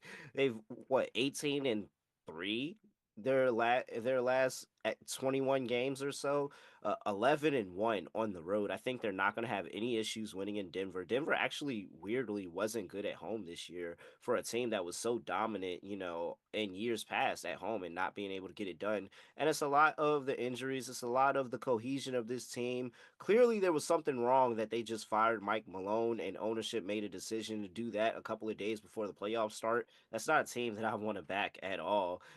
What's the Russell Westbrook situation going on as well, with players that feel some type of way that Russell Westbrook is getting special treatment, but it's like, he is going to the Hall of Fame one day. Like, that is maybe a little bit better treatment than Aaron Gordon is going to get. And I don't know why I threw Aaron Gordon astray, but I feel like it was Aaron Gordon that said that. He just seems like the guy that would be upset that somebody's getting better treatment than him, and he feels like he's playing better. So, yeah, this Nuggets team is a disaster, and they can't defend. Whereas Kawhi Leonard's playing his best basketball since 2019, and that's crazy given the injuries that he's had since then. I can't fade this Clippers team. I think they're light years ahead of this Nuggets team right now. Yeah, Terrell's laying up to 2.5 with the Clippers in that series. All right, last one. The expectations, Eastern Conference Finals. We see Boston, we see Cleveland. Just give us an idea how you would handicap that series, having watched them all season. It depends on what Jaylen Brown looks like, I think. I think that's going to be the big thing, because Jaylen Brown, we're talking about the pain injections in his knee and him playing on this knee. I'm not a doctor. I'm not going to pretend to be a doctor.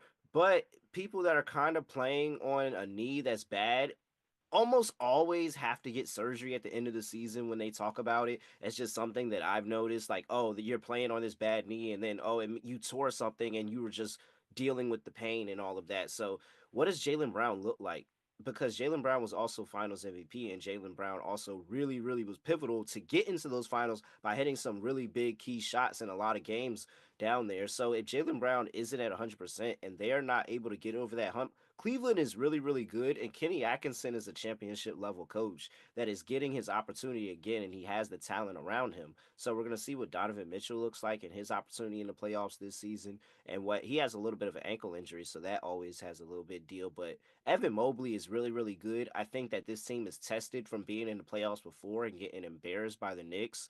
And now with Kenny Atkinson, they have this new kind of lease on life. And I think that they're going to give Boston a series. If you ask me right now, I think Cleveland is coming out of the East and going to the finals.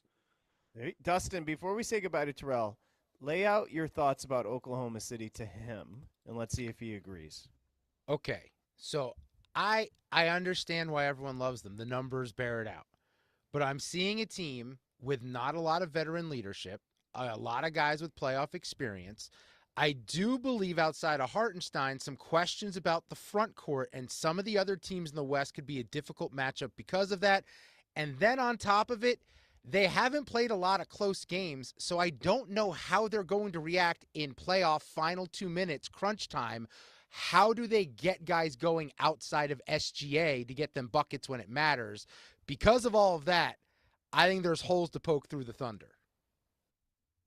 I think that's pretty sound logic, and I think that the matchups are really, really what they're going to have to take advantage of. And I'm very curious on what they look like further on along in the playoffs. Anybody can get through the first round, but it's that second round game when the teams are more narrow is actually getting to the conference finals and winning there. I love this OKC team. I was on OKC, and I just love to point it out all the time wherever I go. I was betting OKC when everybody told me they sucked and they were covering the spread as a dog almost every other game. It didn't matter. They weren't winning the games at all, but were they covering, and it was great. And so I would love to see this team get all the way there, but I do actually have questions about them too with the veteran leadership there. But SGA is such a bucket, and I think in the fourth quarter, he actually can take over and win them a few games. So I'm very interested to see how far their run is. I'm never a chalk person, so I always assume chalk is going to miss more often than it does. And so I already had questions about OKC, and it kind of feels like it could be somebody else. But I wouldn't be surprised if they actually do make it all the way. Like, I do like this OKC team, but you laid out good reasons, and I think those are the reasons that I haven't placed a bet on them. This is a big day for the big guy. It is. I just wrote down the quote from Terrell. That was sound logic. Take a bow. It Take doesn't a bow, happen Dustin. often. It doesn't happen. One, for it to be sound logic, but two, for another human being on the show to agree with me about something. He said that was sound logic. That got me. The big guy, you should see. He sat up a little bit taller when he heard that. He said, I heard that. Terrell Furman Jr. It must be rough for you around here, man. Yeah, no, you don't want. This is not a pen you want to play in.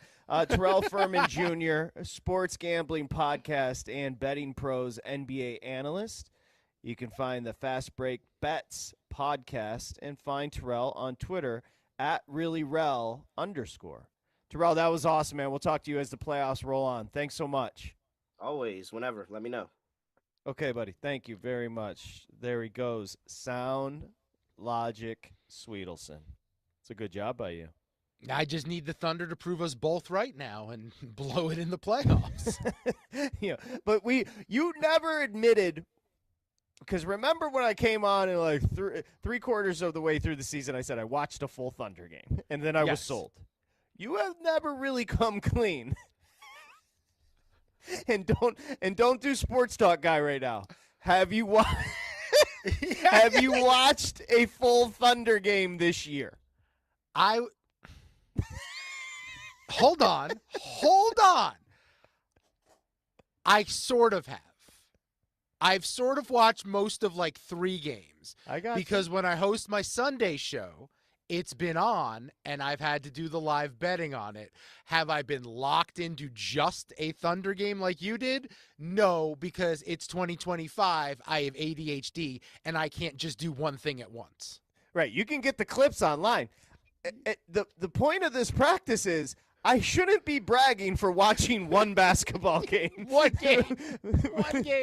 But I do feel very proud of myself. And look at line 1, by the way. Oh, I saw. Yeah, I I'm saw. going to take that. It sounds fun. Naya, I wave the white flag. Shout out to Susan B. Anthony. Can you imagine if I took that? 888 Mad Dog 6, 888-623-3646. Update you on the first play-in and catch you up on what's coming up tonight in Golden State. VSiN Live, Mad Dog Sports Radio. This is VSiN Live on Mad Dog Sports Radio with Patrick Meagher and Dustin Swedelson.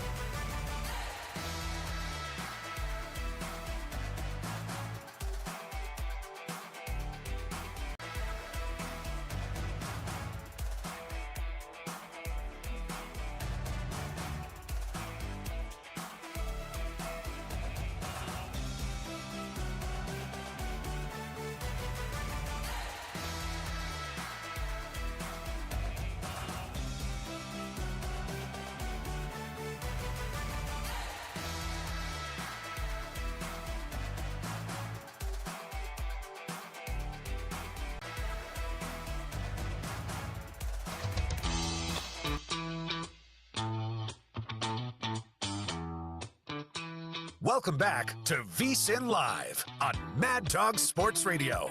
Here's Patrick Meagher and Dustin Swedelson. Dustin Swedelson, I'm Patrick Meagher, VSiN Live, Mad Dog Sports Radio. Ryan Smith running YouTube. Stop by, jump in the chat. It's youtube.com/VSiN Live. We welcome you. Naya Hardman. Naya's trying to get me fired with pay discrepancy. I see you, Naya. I see you screening calls. You think I'm going there.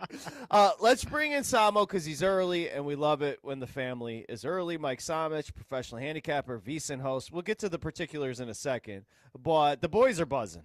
And the big guy knows this. I am so freaking dialed in on hockey. You can call me Gordie Howe. All right? I'm in early this year, and we've got a team. I believe if the Blues beat the hockey club tonight, which they're going to, they're in the postseason, Samo. They are. Call him Puck Patrick. He's back again. He returns every playoff season. And here he is, baby. Yeah, 4-0 after the first for the St. Louis Blues. A win tonight, and they have locked up one of the 2 wild card spots no matter what else happens. Depending on what happens in the wild game, they either end up against the Vegas Golden Knights or the Winnipeg Jets. But tonight is just take care of business, and you're in the postseason. It's Patrick the Puck, not to be confused with Lena the Plug. I just want to point that out for everyone out there. Don't Google and get the wrong results, especially. I'm guessing she's a porn star, people. She is, and her husband have threesomes on camera. Shout out to Adam22. So that is what happens there. But we're still not convinced 40-1. We're still not convinced the Blues can make a run here for the Stanley Cup, Mike. I mean, it is 40-1 feels a little short, but at this point, I'm just in. I mean, I'm going to sprinkle no matter what, just because I got to have a piece of my Blues at this point. This has just been phenomenal to watch them play later in the season, develop. We got Jimmy Snuggerud gets his first NHL goal. He was playing for University of Minnesota just 2 weeks ago in the NCAA tournament. He's out there on the #1 power play now. We got Parenko back, baby. We are clicking. I'm a happy fan. I'm a happy fan. I don't get to be a fan very often, especially not a happy one, because I root for the Cubs, the Dolphins, and the Blues. So I got to take advantage of these moments. You root for the Cubs? Yeah, I'm a Cubs fan.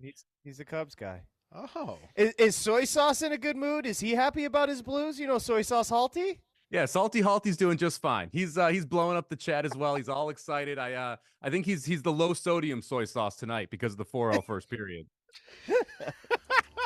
I understand. Well, that's Mike Samich, VSiN host, Ready, Set, Bet, weekends 1 to 4 p.m. Eastern Time, and he's going to join us for the next 30 minutes as well. SamoBomb18 on Twitter. More with Samo, the family, as we continue. VSiN Live. It's Mad Dog Sports Radio. Covering the spread all night long. This is VSiN Live on Mad Dog Sports Radio.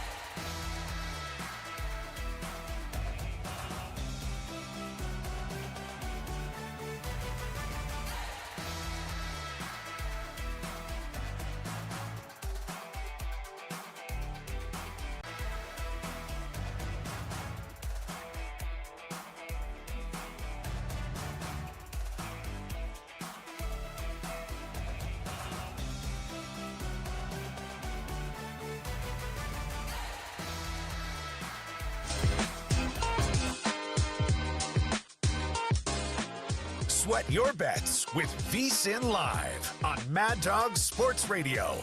Here's Patrick Meagher and Dustin Swedelson. Hey, a little bouncy bumper coming back, hour 3. It is VSiN Live, Mad Dog Sports Radio, and VSiN is on SiriusXM channel 158. You can get 24/7 sports betting coverage on channel 158 and the SiriusXM app. And this is an exclusive offer the big guy came up for you. Solely you, all right? SiriusXM listeners, but specifically for Dustin, Mad Dog Sports Radio listeners. You can get everything we offer, including the big guys picks, including Mike Somich picks, for just $19. $19, people? That's less than $20. You get a daily email with all the best bets from hosts and guests, exclusive betting splits from DraftKings and Circa Sportsbook. Plus, speaking of Samo, you get our Kentucky Derby betting guide, NFL betting guide when it drops. It's all there, people. Go to vsin.com/subscribe. Use the promo code SIRIUS to lock in this special offer. VSiN, the sports betting network. All right, we're back. The big guy, Dustin Swedelson. I'm Patrick Meagher. Mike Somich joins us now, part of the family, of course. Professional handicapper. You can also hear him. He's a VSiN host. Ready, set, bet weekends, 1 to 4 p.m. Eastern Time at Samobomb 18. And more importantly, every Friday until the Kentucky Derby, VSiN at the tracks. The race to the Kentucky Derby. Ooh. Did I do it? Nailed it. You nailed it first time. You crushed it, Patrick. And I got some breaking news. You want me to break the news on the show here? Yes, sir. We are going to have VSiN at the track, Road to the Kentucky on from 4 to 7 Eastern on Mad Dog Radio on Kentucky Derby Saturday. So Aaron Halterman and I will be on Mad Dog Radio talking Kentucky Derby on Kentucky Derby Saturday as well, right here, this channel on Sirius. Let's go. Live? Hold on. This is huge news. Let's slow down, people. Big guy, did you know this? I know this is the first I'm hearing this. This is tremendous. When did this go down? This went down this morning. So we will be on Mad Dog Radio. We'll be on VSiN proper. You can watch us on there. You can check us out on YouTube. You can check us out on the Watch app. But we'll also be right here on Mad Dog Radio from 4 to 7 Eastern on Kentucky Derby Saturday, bringing it right up to post. And they'll have the race that will be able to play over the radio on Sirius, and then we'll jump right back in after the race. That's lit. That's lit. That shift sounds familiar too, by the way. That shift sounds familiar, Patrick. That is so freaking cool. So again, that is. I'm just good job by Steve Cohen. He's over there working. I think. Okay, so again, just to repeat, VSiN at the track. It's Aaron Halterman and Mike Somich. You heard them for years. There's nobody better covering the sport of horse racing. So they're going to be on VSiN proper 4 to 7, and that will simulcast on Mad Dog Sports Radio, Kentucky Derby Saturday. That is freaking awesome. I'm excited about this. Bigger picture here. If you're listening to Mad Dog Sports Radio, and you were going to be listening anyway, you're now going to make money because you have two of the best horse racing handicappers on the planet doing your preview into the Kentucky Derby race. So there will be opportunities for them to explain things, how to build a ticket in horse racing, who they're looking at. I'm excited for you guys, and I'm excited for the network here. Yeah, do that. Do me a favor. When you guys, because there's so many people on Mad Dog Sports Radio, you can do it better than me and the big guy did it. Help them understand, hey, I'm at the track. I want to build a ticket. What do I do? Because sometimes when we talk about exacta boxes, trifectas, it goes over people's heads. So make sure, Dustin's waving his hand. I'm guessing I still don't know how. It can be confusing, Samo. You know this. For you, it's like second nature. Oh, it can be confusing. One of the toughest parts about getting into horse racing is just understanding all of the lingo and all the way that people talk about these horses and the races and their bets. And that's one of the things Aaron and I will do on Kentucky Derby Saturday. We'll be on live on Friday as well if you want to check that out for the Kentucky Oaks. That'll be just on the YouTube channel over there at VSiN Live on YouTube. But we're going to talk about, okay, this is what we're going to bet. So let's say we're going to bet an exacta. Well, an exacta is the first horse and the second horse in a race. And we'll talk about how we're going to structure that ticket as well. So do you just want to use one horse in that first spot and then 2 in the second spot? Do you want to box it, which means it can finish 1-2 or 2-1, and you're still able to cash that ticket? So we'll talk through all the different nuances of horse racing, how to bet it, and how we are personally betting those races in real time as we lead ourselves up to the Kentucky Derby. That's let me promote you real quick too, Mike, because you're not going to bring this up. What was it, 2 years ago? You gave everyone and their mother Mage, right? It was Mage was the horse, and that was mule. The price?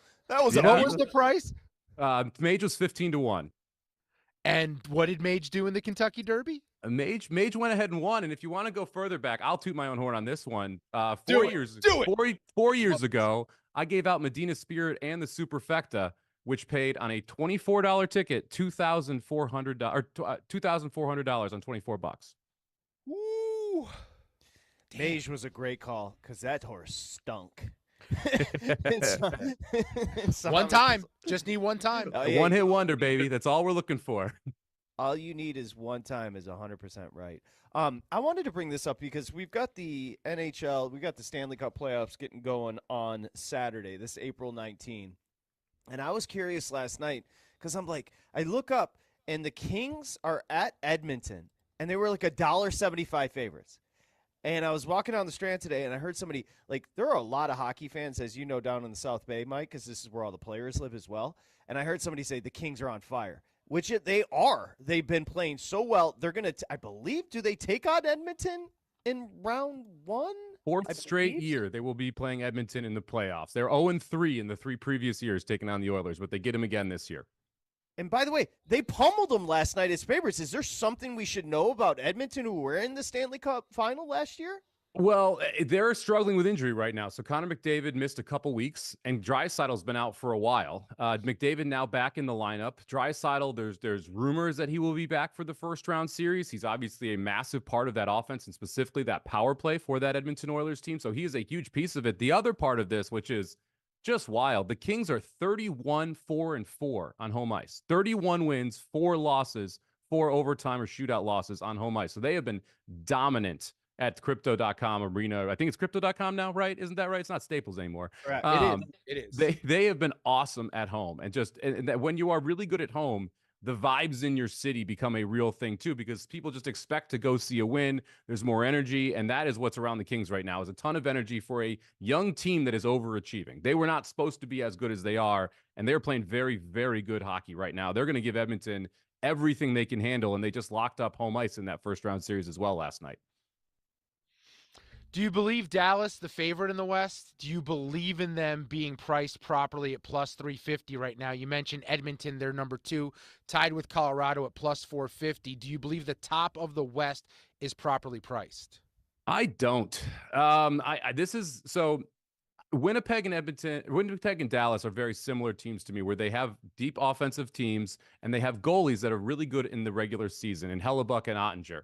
Hellebuck and Ottinger have been shells of themselves in the playoffs. That's their biggest demon is, are you going to get the Vezina level play that you've seen from those two in the regular season in the playoffs? And we just haven't seen that yet.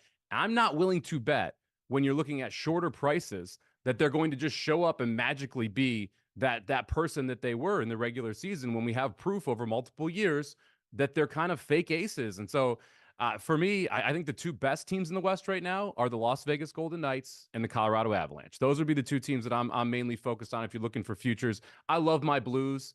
I'm going to be realistic. We're going to be in trouble in the second round. We have to face Colorado most likely, or if we end up drawing the Vegas Golden Knights in the first round, going to be both very tough series. But to me, like, Dallas should not be the favorite. I don't think Winnipeg should be up there. So if I'm putting in a bet right now and I'm looking at specifically the Western Conference, I'll take the bigger price. I'll take the Knights at 5-1. I think there's more value in taking some of the teams down the board than up at the top. That's Dustin's Vegas Golden Knights. Although I don't think 10-1. I don't think he's ever decided which team he's riding since he bailed on his Islanders. Okay, but here's the thing. All season long, we've been talking about the Knights, and should I get in? And the price was 12-1 all year long. They're now 10-1. And I still think they're worthy of a play based on everything Mike just said. I think it may be time to convert, and the Golden Knights may become my team of the future. Oh, look, if they draw, it looks like they're going to draw the Wild in the first round. The Wild need 1 point tonight to be able to lock up that wild card 1 spot, and then the Blues will be wild card 2. They will roll. They will roll Minnesota in the first round. If that's the case, the 10-1 price, the best you're going to get, because as soon as they advance past it, you're going to be looking at a 6-1, 5-1 number on Las Vegas. You've got NFL draft. You've got plenty on the NBA. We'll get to that in a second. One more hockey question. Winnipeg is important for the sport of hockey, a small town in Canada. But what did they do to you? Like, what did the town of Winnipeg just won their first President's Trophy, and you disrespected them every time we brought the team up. Why? What did they do to me? They're the 5th choice to come out of the West. 5th choice. It's every better. Everyone agrees this Winnipeg team just isn't as good as they have been throughout the regular season. First off, it's Hellebuck. He's not as good in the playoffs as he's been in the regular season up to this point in his career. Secondly, they weren't supposed to be this good. And a lot of times you'll see priors in the NHL where if a team just wasn't expected to do great, they're not going to be the betting favorite in said conference. If you look at the other side, I mean, the Washington Capitals, who are going to be your 1 in the East, they're 5-1, the 4th choice on the board as well, because they were not projected out to be as good as people as they have been this season. And so a lot of times you can believe the regular season to a certain point, but people are also going to come in with priors and say, well, but this team was better and is better on paper. I don't think that when you get to playoff hockey, you're going to see the Jets to be able to continue. Okay, so we've established I'm not really a hockey fan anymore. I have not followed the sport regularly. However, earlier in the show, I did say that the postseason in the Stanley Cup playoffs is the best of any sport. You as a hockey fan, Mike, can you encapsulate what is it about the Stanley Cup playoffs that makes it better than the other sports?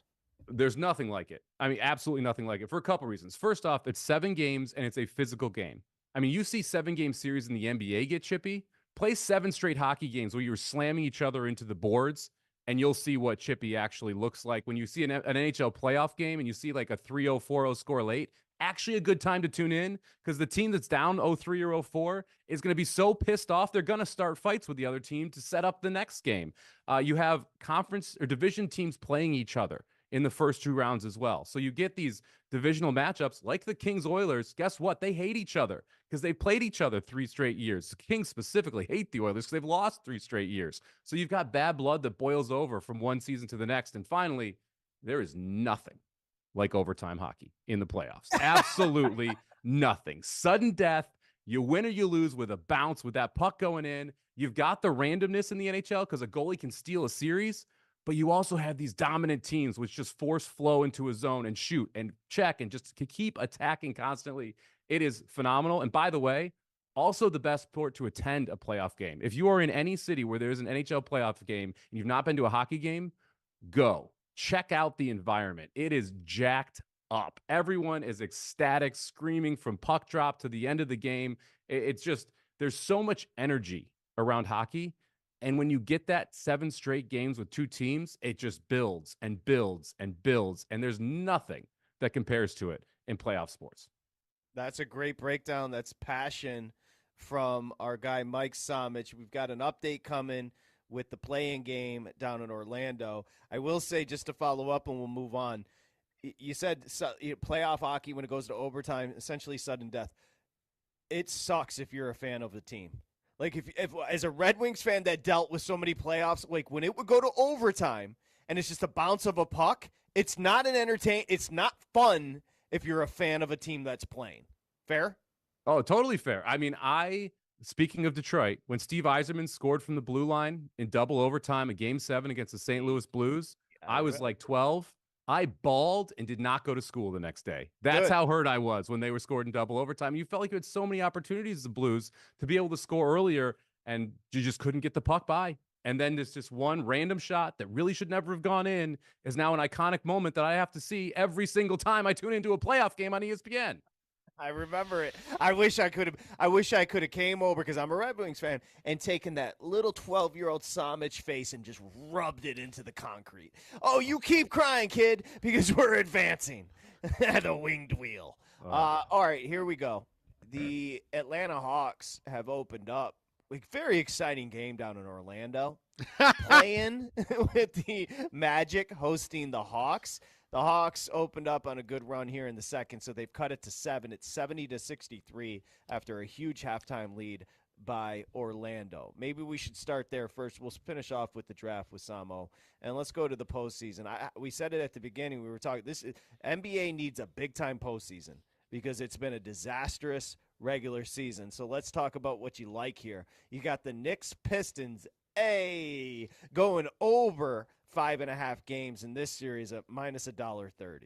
Yeah, look, I'm tempted to take the Pistons at plus 310 just a sprinkle, because I do think that this Knicks team, especially if you see any injury because of how many minutes those starters play, This Pistons team is live. I think they are a young team, but they are a tough team. They are going to get in the Knicks' face. They are going to push them around.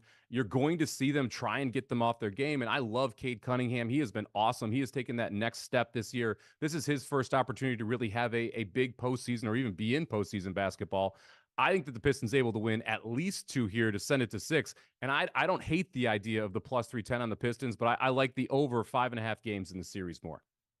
But how about this, Mike? Maybe you can explain to our audience that betting the Pistons at plus 310, they don't have to win the series for that to be a good bet, because you're someone who's always looking at creative ways to attack these markets.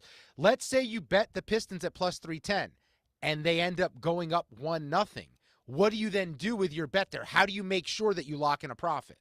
Yeah, I mean, if they go up 1-0, you're going to see this series probably priced around Knicks minus 120, minus 130. Then you can bet 2 units on the Knicks and you're guaranteed money no matter what happens there. If anything, honestly, I would let this go past like if I was going to bet this series outside of the one bet that I have, I would almost bet Knicks to win game 1, Pistons to win the series. Which right now, let's see here, Knicks win game 1, Pistons win the series is plus 650. That's not as high as I thought it'd be. I thought you'd get a bigger number than that. I do think the Knicks take care of business game 1. I think there's a chance this is 0-2 going back to Detroit, but I think Detroit at home is going to be much more difficult. So if you want to bet the Pistons now and take that plus 310 price, you're probably going to have an opportunity, if they do win 1 of 2 in New York, to be able to come back and be able to take the Knicks and be able to guarantee yourself a profit. Again, I like the over 5.5 games for the simple reason that if you're trying to hedge out of a plus 310, you're really not getting that much value anyway. And so just taking the over gets you the same payout that you would if you were in a hedge situation with a Detroit plus 310 ticket. But I do think that the Pistons are more live than a minus 400 plus 310 dog here in this spot. Yeah, I mean, I was so off. I thought the Knicks were going to open like 225. They opened like 3 something insane. I don't think you were insane in that. I think that was the market should have been. I think this number is crazy disrespectful to the Pistons, who are going to push the Knicks to the brink. The Knicks are going to win, but they're not going to be 100% coming out of this series. That's the vibe. That's fair. You love the Clippers versus the Nuggets. Like, love. Like, you can't explain what you bet, explain what you would bet, explain the whole entire concept behind this series. So I can't believe I'm about to say this. I love hard. the Clippers. I love the It's Clippers. hard. I love them. I love everything they've done the last 15 games. Number 1 offense and defensive team in the NBA. I love the way Kawhi's playing. I love the way James Harden is playing. I think Zubac should be an all-NBA guy. I think he should be 3rd team. This is a very good, well-built basketball team. Now, do I want to play him at 30-1 to win the championship? Yeah, a little bit I do, but I'm scared I'm not going to get 4 rounds of Kawhi. I'm scared that James Harden at some point is going to choke, but I don't need to. I just need him to get past the first round against a depleted Denver team where we don't know fully on Murray's health. We've got a just atrocious franchise situation, firing the coach 10 days ago, now rolling into the playoffs. Russell Westbrook now is not out there in crunch time after being out there in crunch time, but they don't really have anyone to replace him in crunch time. They only have 5 guys. Like, if they played just their 5 starters 48 minutes a game, I think maybe they have a shot in this series, but that's not going to happen. You're going to see Jokic on the bench. The on-off numbers for Jokic are ridiculous, how much of a difference he makes for that team. And this Clippers team, in the current way they're constructed, will they be able to get through 4 rounds? I don't know. I do believe they'll be able to get through this one here and not have Kawhi on the sidelines, where he has finished the last 3 years of the playoffs as in street clothes. So I'll be able to feel good about myself for just taking this 1 round of the Clippers. I bet him plus 145 to win the series when this number came out. Now it's minus 110. I would still bet the Clippers at minus 110 if you don't have a Clippers ticket. I think a fair price is like minus 140. I bet the Clippers minus 2.5 games. So to win in 4 or 5 at plus 400 as well. I think this is just a dominant matchup, a phenomenal matchup for a Clippers team that is clicking on all cylinders right now. Yeah, and look, they've got a great head coach. Norman Powell's taken another step. I understand everything you said, and all the reasons you're nervous about the bet are the reasons why I haven't bet the Clippers. But there's no doubt, I think their depth is actually underrated, and I think that could play a role in the postseason as well. There's a case to be made that if they play to their potential, they could be the best team in the West. They could also be a team I could see getting swept at any point in time during the playoffs, so I understand it. How about the other team in LA? Lakers priced at minus $2 against the Timberwolves. Minnesota's plus 160 in that series. How do you anticipate this one going? Look, I like the Lakers in this series, but I don't think it's going to be easy. And the Lakers essentially need their offense to win them basketball games because their defense is not going to be able to do so. But you're in this series and you got LeBron, you've got Luka, you've got Austin Reed, by the way, who is also or Austin Reeves here, who's also very, very good as well. I think the Lakers get through, but I think it's more difficult than a lot of people are just saying, where it's, Lakers in 4, Lakers in 5. I took the over on the series, over 5.5 games. It's a little juicy. It's sitting there at -175. If you don't want to lay the -175, you can parlay that with the previous series we discussed with the Pistons and the Knicks, and the two together gets you +178 if you want to take that route. But I just played the over here at 5.5 at +175. I think both of these teams have success at home. I think you see the Lakers offense struggle a couple games against what's a pretty good defense up there in Minnesota. I think we end up seeing this go 6 or 7. So let's take over the 5.5 -175. Do you guys dare me? I saw him the other day, early. Lawrence Frank, the architect of the Clippers roster that Mike Somich just absolutely slobbered all over. You dare me to stop him on the Strand and say, I got to tell you, Samo Bomb 18 loves this squad you built. No, just ask him, how many games is this thing going? Let us know so we can get a bet down. Yeah, just ask him if Kawhi is going to end the season in street clothes or not, because that's what really matters here. If Kawhi plays, this is a phenomenal basketball team. They are the second best team in the West and either the third or fourth best team in the NBA if Kawhi plays at the level he is currently playing. Has there ever been a bigger if spoken in all of sports? If No. Kawhi plays? No, there's not. And I'm aware of that. I recognize it. I understand at any point this house of cards could collapse. That's why I'm going to bet him series by series so that hopefully I make some money in the first series. And if it collapses on me in the second, I'm not sitting here burning up my finals ticket. I think Zach called Kawhi's knee a bag of soup yesterday, so I don't know. It's not necessarily a great omen. Did you do anything with Grizz Warriors tonight? It's up to 7. The total has dipped to 227-ish there. The spread did just tick down. The spread just ticked down to 6.5 again. Okay. So it went back down to 6.5. Down to 6.5. Okay, cool. Anything there with that one? It would be Warriors or pass for me here. I have a little magic -1.5, which was looking a lot better at halftime when they were up. What was it, 13, 14 points, and now we're down to 3 here in the third quarter. But I bet the Magic. I would lean over actually now that this number's ticked down. We're sitting at 227.5, was high as I believe 232 yesterday. So I'd lean toward the over here if I was going to play anything on the total and the Warriors as well. Look, I made the Warriors 6.5 point favorites. You're paying a little bit of a tax here because it is the Warriors in a playing game situation, but I do think they are just better than the Grizzlies in this spot. And Jaren Jackson Jr. really the only plus defender you have on this Grizzlies team, and he likes to foul people more than Kawhi Leonard likes to sit on the bench wearing street clothes. And so if the Warriors really attack Jaren Jackson Jr. and he gets into foul trouble, it feels like this is a situation where the Warriors go small and they just feast offensively. Patrick started the show, Samo. He said he has 7 teams that can win the NBA championship. 7. And I didn't really disagree with any of them. He convinced me to buy back in on my Knicks. If you're looking at that betting board, how deep do you go? How many teams can win the title? 4. And it's just 4. There's no more than 4. It's OKC and the Clippers in the West. It is Boston and Cleveland in the East. And that's the list. That right there is the list. I don't see anyone besides the Clippers that can beat OKC. You could make a Lakers argument, which I really don't want to make, but you could make a Lakers argument if the Clippers beat OKC in the second round, and then you see Kawhi leave in the third round, and the Lakers get the Clippers Kawhi-less. But I think the East is Cleveland or Boston. If I was going to bet right now, I'd take Cleveland at 6.5 to 1 to win the championship. I think that's the best bet on the board. Second for me would be the Clippers at 30 to 1. After that, probably OKC. I wouldn't bet the Celtics right now. Not with what we have going on with Jaylen Brown's knee and everything. I just don't feel completely comfortable with them at the price. Like I put some Cavaliers plus 250 in to win the East. They're 210 now. I would still bet the Cavs at plus 210 to win the East. I think they are the better team out there. So if I was going to bet anyone right now, it would be the Cavs to win the title. But I think it's just 4. I don't see the Knicks. I don't see the Lakers. I don't see any of these other teams being able to step up and win 4 straight rounds. See, the only thing I'll say about the Lakers is I think anybody discounting them in the postseason is just like, oh, they don't have enough size, blah. Like, you get fewer possessions in the postseason, and you have two of the all-time great players. So I just think it's a crapshoot. You get down to it, LeBron or Luka with the ball.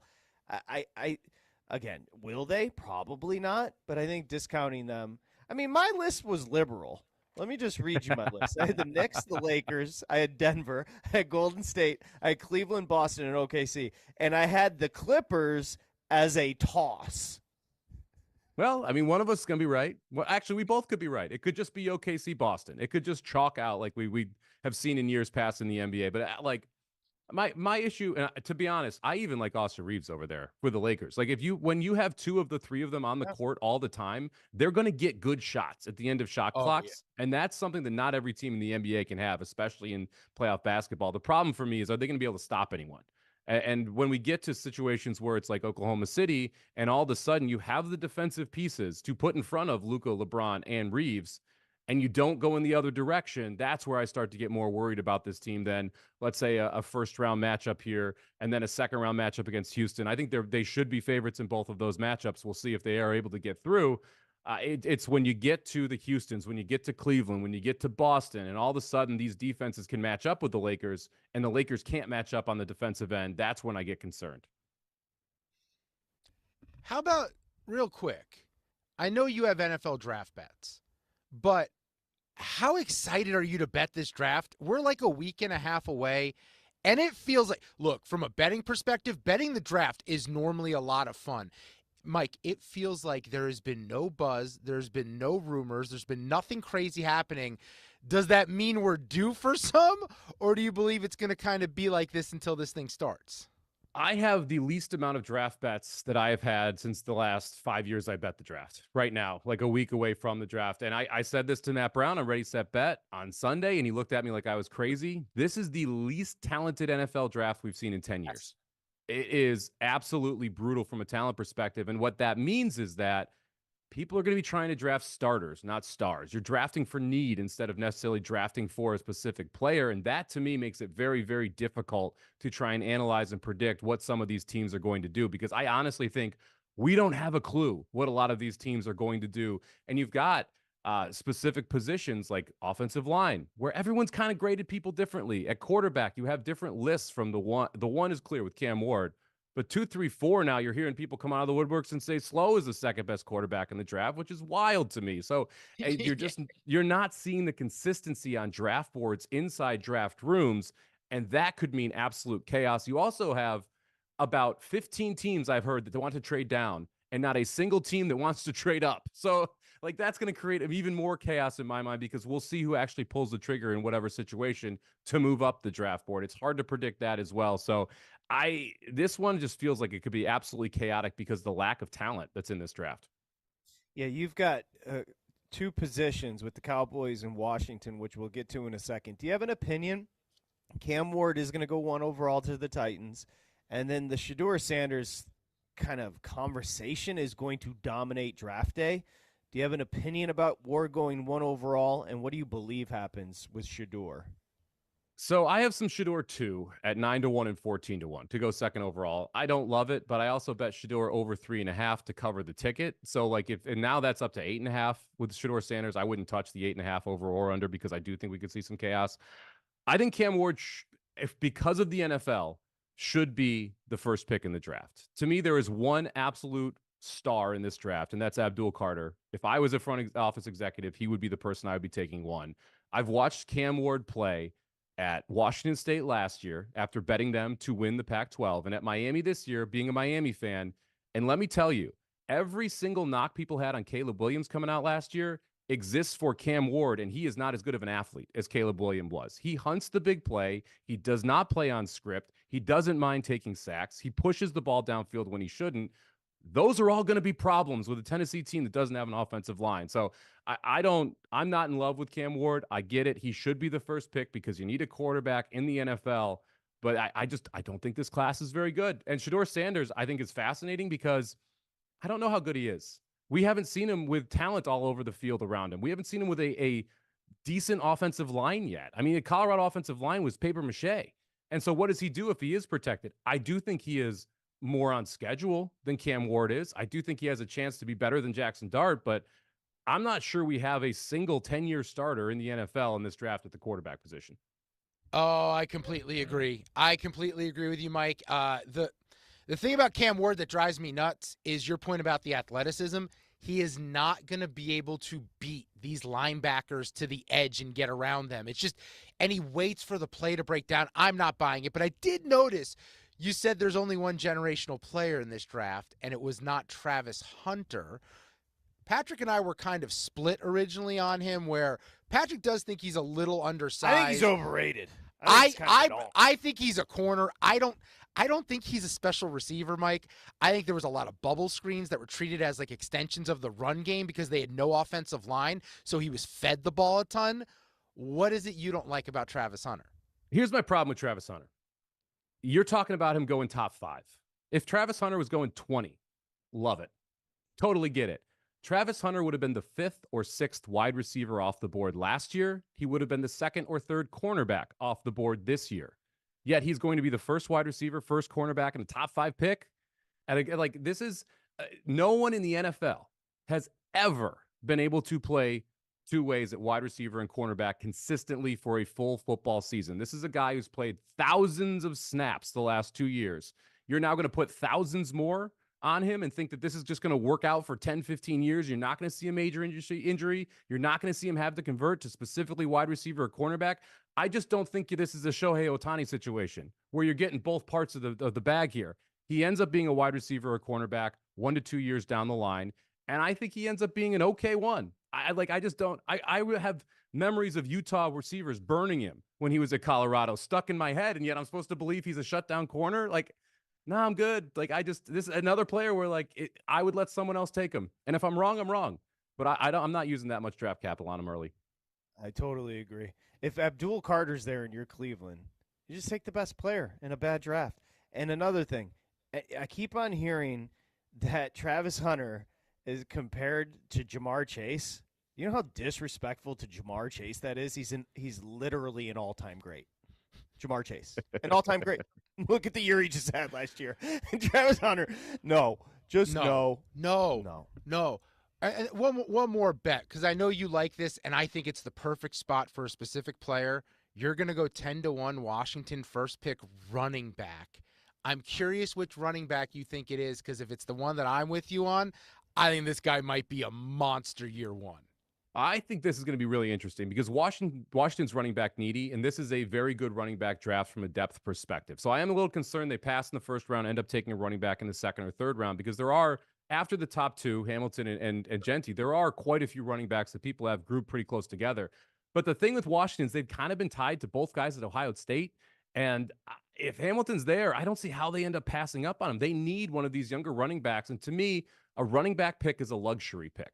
When you have other things taken care of and you need to fill your team out, that's when you take a running back like Detroit and Jamar Gibbs. They didn't need a ton of other things. So they got Gibbs. Maybe they reached for him in the moment, but you were able to fill out your team by selecting that running back. That's where Washington is in my mind. They don't need, an extra safety. They don't need to go out and get another cornerback that's going to take a couple years to develop. They need an offensive weapon. And running backs can usually plug and play on that offensive side. I think Hamilton has a good shot ending up there if he slides down. If he gets to 18 or 19, I wouldn't be shocked if Washington jumps a couple picks and takes him. And even if you're sitting there in the late 20s, I wouldn't be shocked if they decide to go take a running back and to jump the gun if they do have one of that next group rated a little bit higher. So I think 10-1, just too big of a price for Washington to take a running back right now. Great job, Samo. VSiN host Ready, Set, Bet weekends 1 to 4 p.m. Eastern Time at SamoBomb18 on Twitter. But the big news, and you heard it here, of course, you can check out VSiN at the Track, the road to the Kentucky Derby with Mike Somich and Aaron Halterman every Friday leading up to the Kentucky Derby, 2:15 East, 11:15 West. But the big news, Kentucky Derby Saturday, a simulcast. VSiN and also Mad Dog Sports Radio, 4 to 7. The boys are going to be live. That's tremendous. Congratulations. I believe we are 18 days away. I believe that's what the math says, 18 days away from the Kentucky Derby. Just 18 days away. Looking forward to it. I can't wait. It's going to be an absolute blast. It's a phenomenal class. Going to be very interesting. We'll have a couple races before the Kentucky Derby that we'll be live on for as well. So make sure you check out VSiN at the Track, Road to the Kentucky Derby every Friday here at 2:15 Eastern. And then join us Kentucky Derby Friday or Saturday and Kentucky Oaks Friday. We'll be live over there at VSiN Live. Yep, and Mad Dog Sports Radio as well. It's incredible, well-deserved. Mike Somich, thank you. We'll come back. We'll continue with the football. Do we call it gridiron? Do we call it three-point? What do we call it? It's a 3-point stance. We also have an NBA game to preview. I knew that's what it was. We're back. VSiN Live, Mad Dog Sports Radio. This is VSiN Live on Mad Dog Sports Radio with Patrick Meagher and Dustin Swedelson.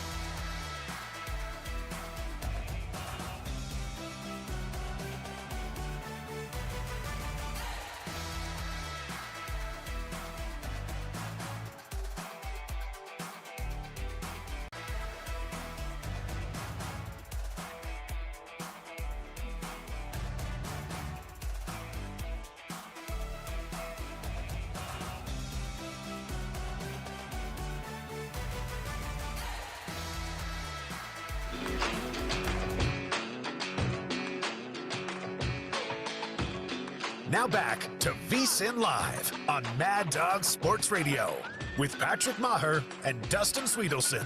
Okay, 3-point stance in a bit, but right now we go back to the calls and say what's up to our buddy Twizzy in Los Angeles, a big Laker fan. Are you nervous about the Minnesota Timberwolves, my friend? Oh, yeah, Patrick. But look, being that today is what it is, I just want to let you know, man, your enemy is my enemy. And whenever you're ready to throw some tea over the side of a ship, I'm there with you, man. Just call your boy. Oh, yeah, that donk. I'm going to spank him one day. I'm going to see him in Vegas. I'm going to spank him one day and make him look me in the eye. Gee, you hear me, Twiz?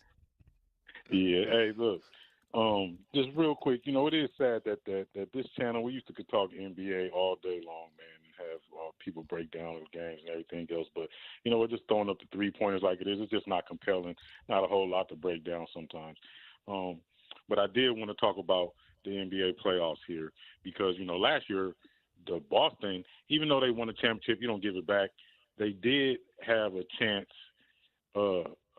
where every single round they had, the stars were out. They were coming up against hurt teams, So I really hope they come up against a healthy Cleveland team, and I think Atkins is going to coach circles around Missoula. We'll see how that goes. Maybe that's just the Laker and me hating on the Celtics. But look, yeah. But on the but on the west on the west side of things, right? And the first 6 coaches, I'm looking at them and I'm thinking to myself, I only really trust Lou. He's the only one. I mean, I guess Udoka, but out of them, who would you trust the most out of the first 6 coaches that are already in the playoffs right now for the West? Because when I'm looking at them, and it's hard to, I hate to say it, and I'm listening to Simon say it, and he just backed up my thoughts about the Clippers of all teams. Like, if they're healthy, they can really do some damage right there, and they're the team that really scares me for the Lakers, even more so than OKC, just because I don't know if those guys can handle LeBron and Luka. If they couldn't handle LeBron and Kyrie, I don't know if they can handle LeBron and Luka. You're the best, Wiz. Maybe I tossed the Clippers too soon. Here's the reason I tossed them. We know what James Harden does in the postseason, and you said it. Kawhi literally might just decide one day he doesn't want to go to work. There is no rhyme or reason to that dude. I'm not wrong. He's sat out playoff games before, right? Hasn't that happened very recently? Yes. Where he's missed a literal postseason game with his team getting eliminated? Let me explain. This is 2 months of basketball if you win a championship. Kawhi hasn't played a consistent 2 months of basketball. 2 months, 2 weeks. So, sorry if I can't buy in on the clip. Well, and then James Harden, who legitimately had the worst postseason performance I think we've ever seen from a superstar in NBA history when he was a member of the Rockets. So I'm going to buy into that team. I'm going to bet the Clippers at 30-1 when the 2 best players on the roster are completely unreliable. That's why the number's as big as it is. But I've been burnt by this story too many times. I think the worst thing about becoming a sports bettor has been being able to convince myself that anything is possible. And with the Clippers, you start convincing yourself of things that definitely aren't possible are possible. Well, I do know just a couple of things. One, Samich was so, I guess, just adamant that the Clippers are going to roll the Nuggets. And that donk Terrell said the same thing. And he lost me when he said, well, I guess they're an NBA team. Anybody can win a championship. Bro, you're not understanding the question, so get the hell out of here. I mean, just keep moving. I don't have time. All right? You ever heard of nuance? Oh, I guess they're in the NBA. Anybody can win a championship. Are we even on the air? Are we on the air? Hold on. I actually think that's the whole conversation with the NBA is that literally – every team can't win a championship. That is the point. That was the point of the exercise. Are we on the air? Anyway, those 2 donks were so adamant that the Clippers are just going to beat up on the Nuggets. Rocky Mountain. Let's go, big guy. Oh, no. I'm all in on Jokic. Defend the wall. We're building a wall. We're defending it. We're all about the Denver Nuggets. Look, it's hard to find 2 people who love Jokic more than you and I. There was a point where you were ready to wire me a lot of money. More than I paid for my college tuition to bet Jokic MVP a couple years ago. And I regretted talking you off that because the next day, I think the number moved. And you would have moved the number with the bet you wanted to place. I love Jokic. I love the storyline of him carrying a team through the postseason because it just adds to the legacy because he's not going to win MVP this year. So tell me, what better motivation for the guy who's clearly the best player in the league right now than to go out in a year where he's not winning MVP? Also, the last time he did not win MVP against Embiid, what did the Nuggets do that postseason? Jokic carried them to a title. Oh, I think there's something there. You're going to push this guy. You're going to give SGA the award, totally deserving. But the reality is, if we're talking about the best player in the NBA right now, it's not even a discussion. You would take Jokic every single time over everyone else in the league. Agreed. Everybody's so adamant and so vociferous that I just now want I don't care what happens to the Nuggets after they beat the Clippers. But I understand where they're coming from. The problem is, they're going based off the numbers and the logic and the reasoning and the matchups, and you're not dealing with that with the Clippers because that would assume there's reliability involved. There's nothing reliable about James Harden and Kawhi Leonard day to day, let alone in the postseason. Look, I take it. I mean, I don't mean to be like Terrell's a good kid. We'll have him on again. But you can't be giving me. I guess they're in the league. They can win a championship. I can't play that game, bro.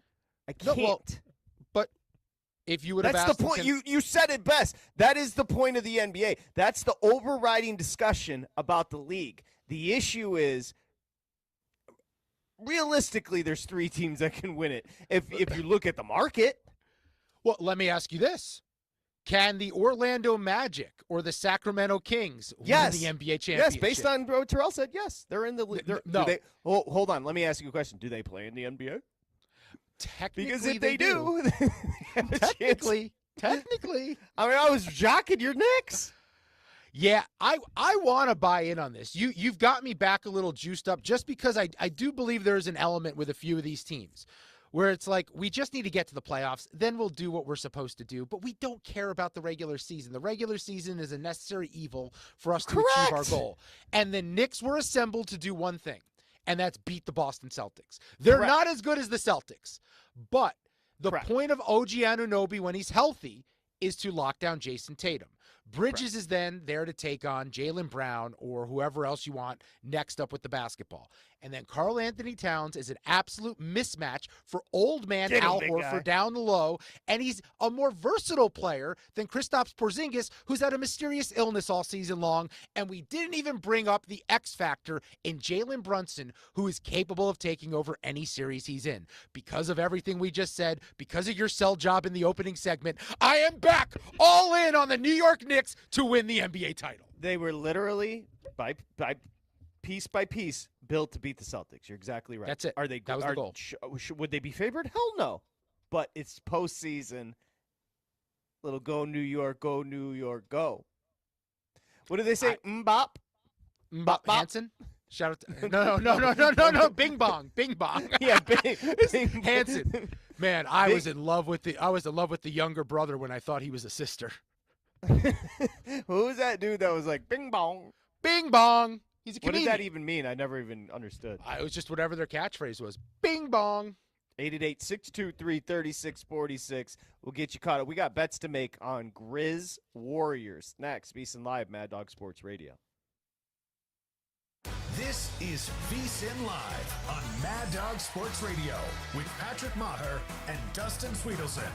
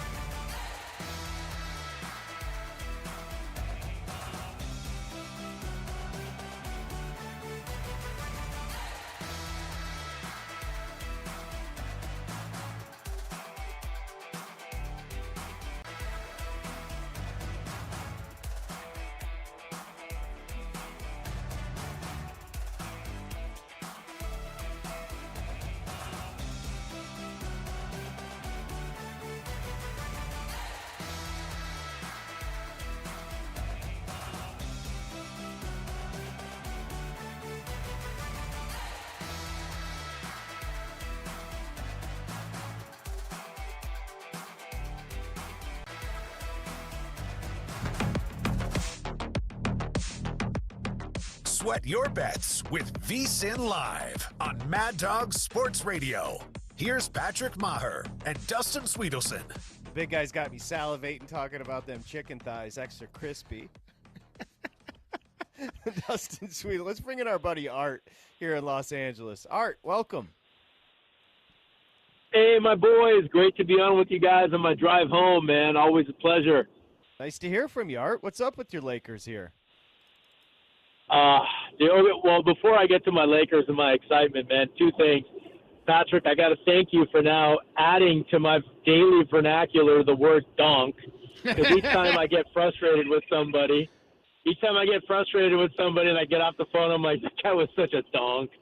It just hits. I don't know what to say. It just hits. It works. Oh, dude, it's so good. And by the way, I got to give you guys props, man. You boys are looking dapper on the world-renowned Mad Dog Sports app. You know, when you go on the app and you've got the cover photo of your show, man, you guys are all G'd up from the feet up, looking sharp, man. Wanted to give you guys your props on that. Is that true, big guy? What did they put up there? I don't even know. Well, the picture's a little old, a little deceptive. It is the one of you and me together. I'm about 55 pounds heavier. Your hair is about 55 pounds lighter in the picture. Well, Art liked it. That's all that matters. Well, we appreciate that, Art. Now, Lakers, T-Wolves, do the T-Wolves concern you at all in round one? You know, not at all, Patrick. I really like the matchup universally up and down, player to player. I think that we just have too much firepower, and I think that our defense will kind of come back to its form. I think we lost it a little bit after the Luka trade or about a dozen games after the Luka trade, but we certainly started to turn it up again at the end of the season. So I like the Lakers in probably 5. Let's stretch it to 6. I think that we win in 5. I'm just really excited to be the 3 seed going into this tournament because, man, in previous years, guys, we've been on the outside looking in, the 8 seed, the 7 seed, the play-in. We've always been flirting with just getting in. So, of course, now we've got 2 bona fide superstars that could light it up. So I'm really excited to see where this is going to go. Nobody better than our guy, Art. Thank you, Art. Been hearing from Art for many, many years. I'm still supposed to hang out with Art. I'd hang out with Art. Yeah, I got to do it. I'm going to go hang out with Art. Definitely hanging out with him before I hang out with Mike. OC? Yeah. That's your boy. That is your boy. Let's see. You got to play tonight? I got 3 in this Warriors-Grizzlies game. Let's get the price right now. Is it still 6.5? 6.5. Warriors laying it. 226.5 is the total. Just some quick notes. Winner faces the 2 seed. That's key because you're facing Houston. You don't have to take on Oklahoma City. Warriors won the regular season 3-1 against Memphis. Last matchup was April 1st. Grizzlies led 120-116 with 3:40 to go. Why does that matter? The Warriors won. Steph had 52. And you have a situation where there's a difference in rest. Warriors tried to avoid this game playing their guys on Sunday. They played 4 games in 6 days to close out their season. This is their 5th in 8 days. Memphis rested everyone. They're on 3 full days of rest. I'm going to go with Zach Edey over 11.5 rebounds. He's playing 30 minutes per game in the month of April, averaging way over that 15.7 rebounds per game. I'm also going to go Jaren Jackson III over 5.5 rebounds. This is a matchup against Draymond Green and company where that number is just a little bit low. He's gone over that a couple times this year against Golden State. And the final one, Draymond over rebounds and assists because he's going to facilitate more. Hey, by the way, great plays. Why is Samich trolling me? He goes, Patrick, you on the Nuggets? Little dinner bet on the series? I freaking hate the Clippers now. I said, okay, troll, I'm in. Let's go, Rocky Nuggets. Mountain High. Thank you. Ryan Smith, thank you. Good job, big guy. We'll see you tomorrow. VSiN Live, Mad Dog Sports. Covering the spread all night long. This is VSiN Live on Mad Dog Sports Radio. Dustin Swedelson.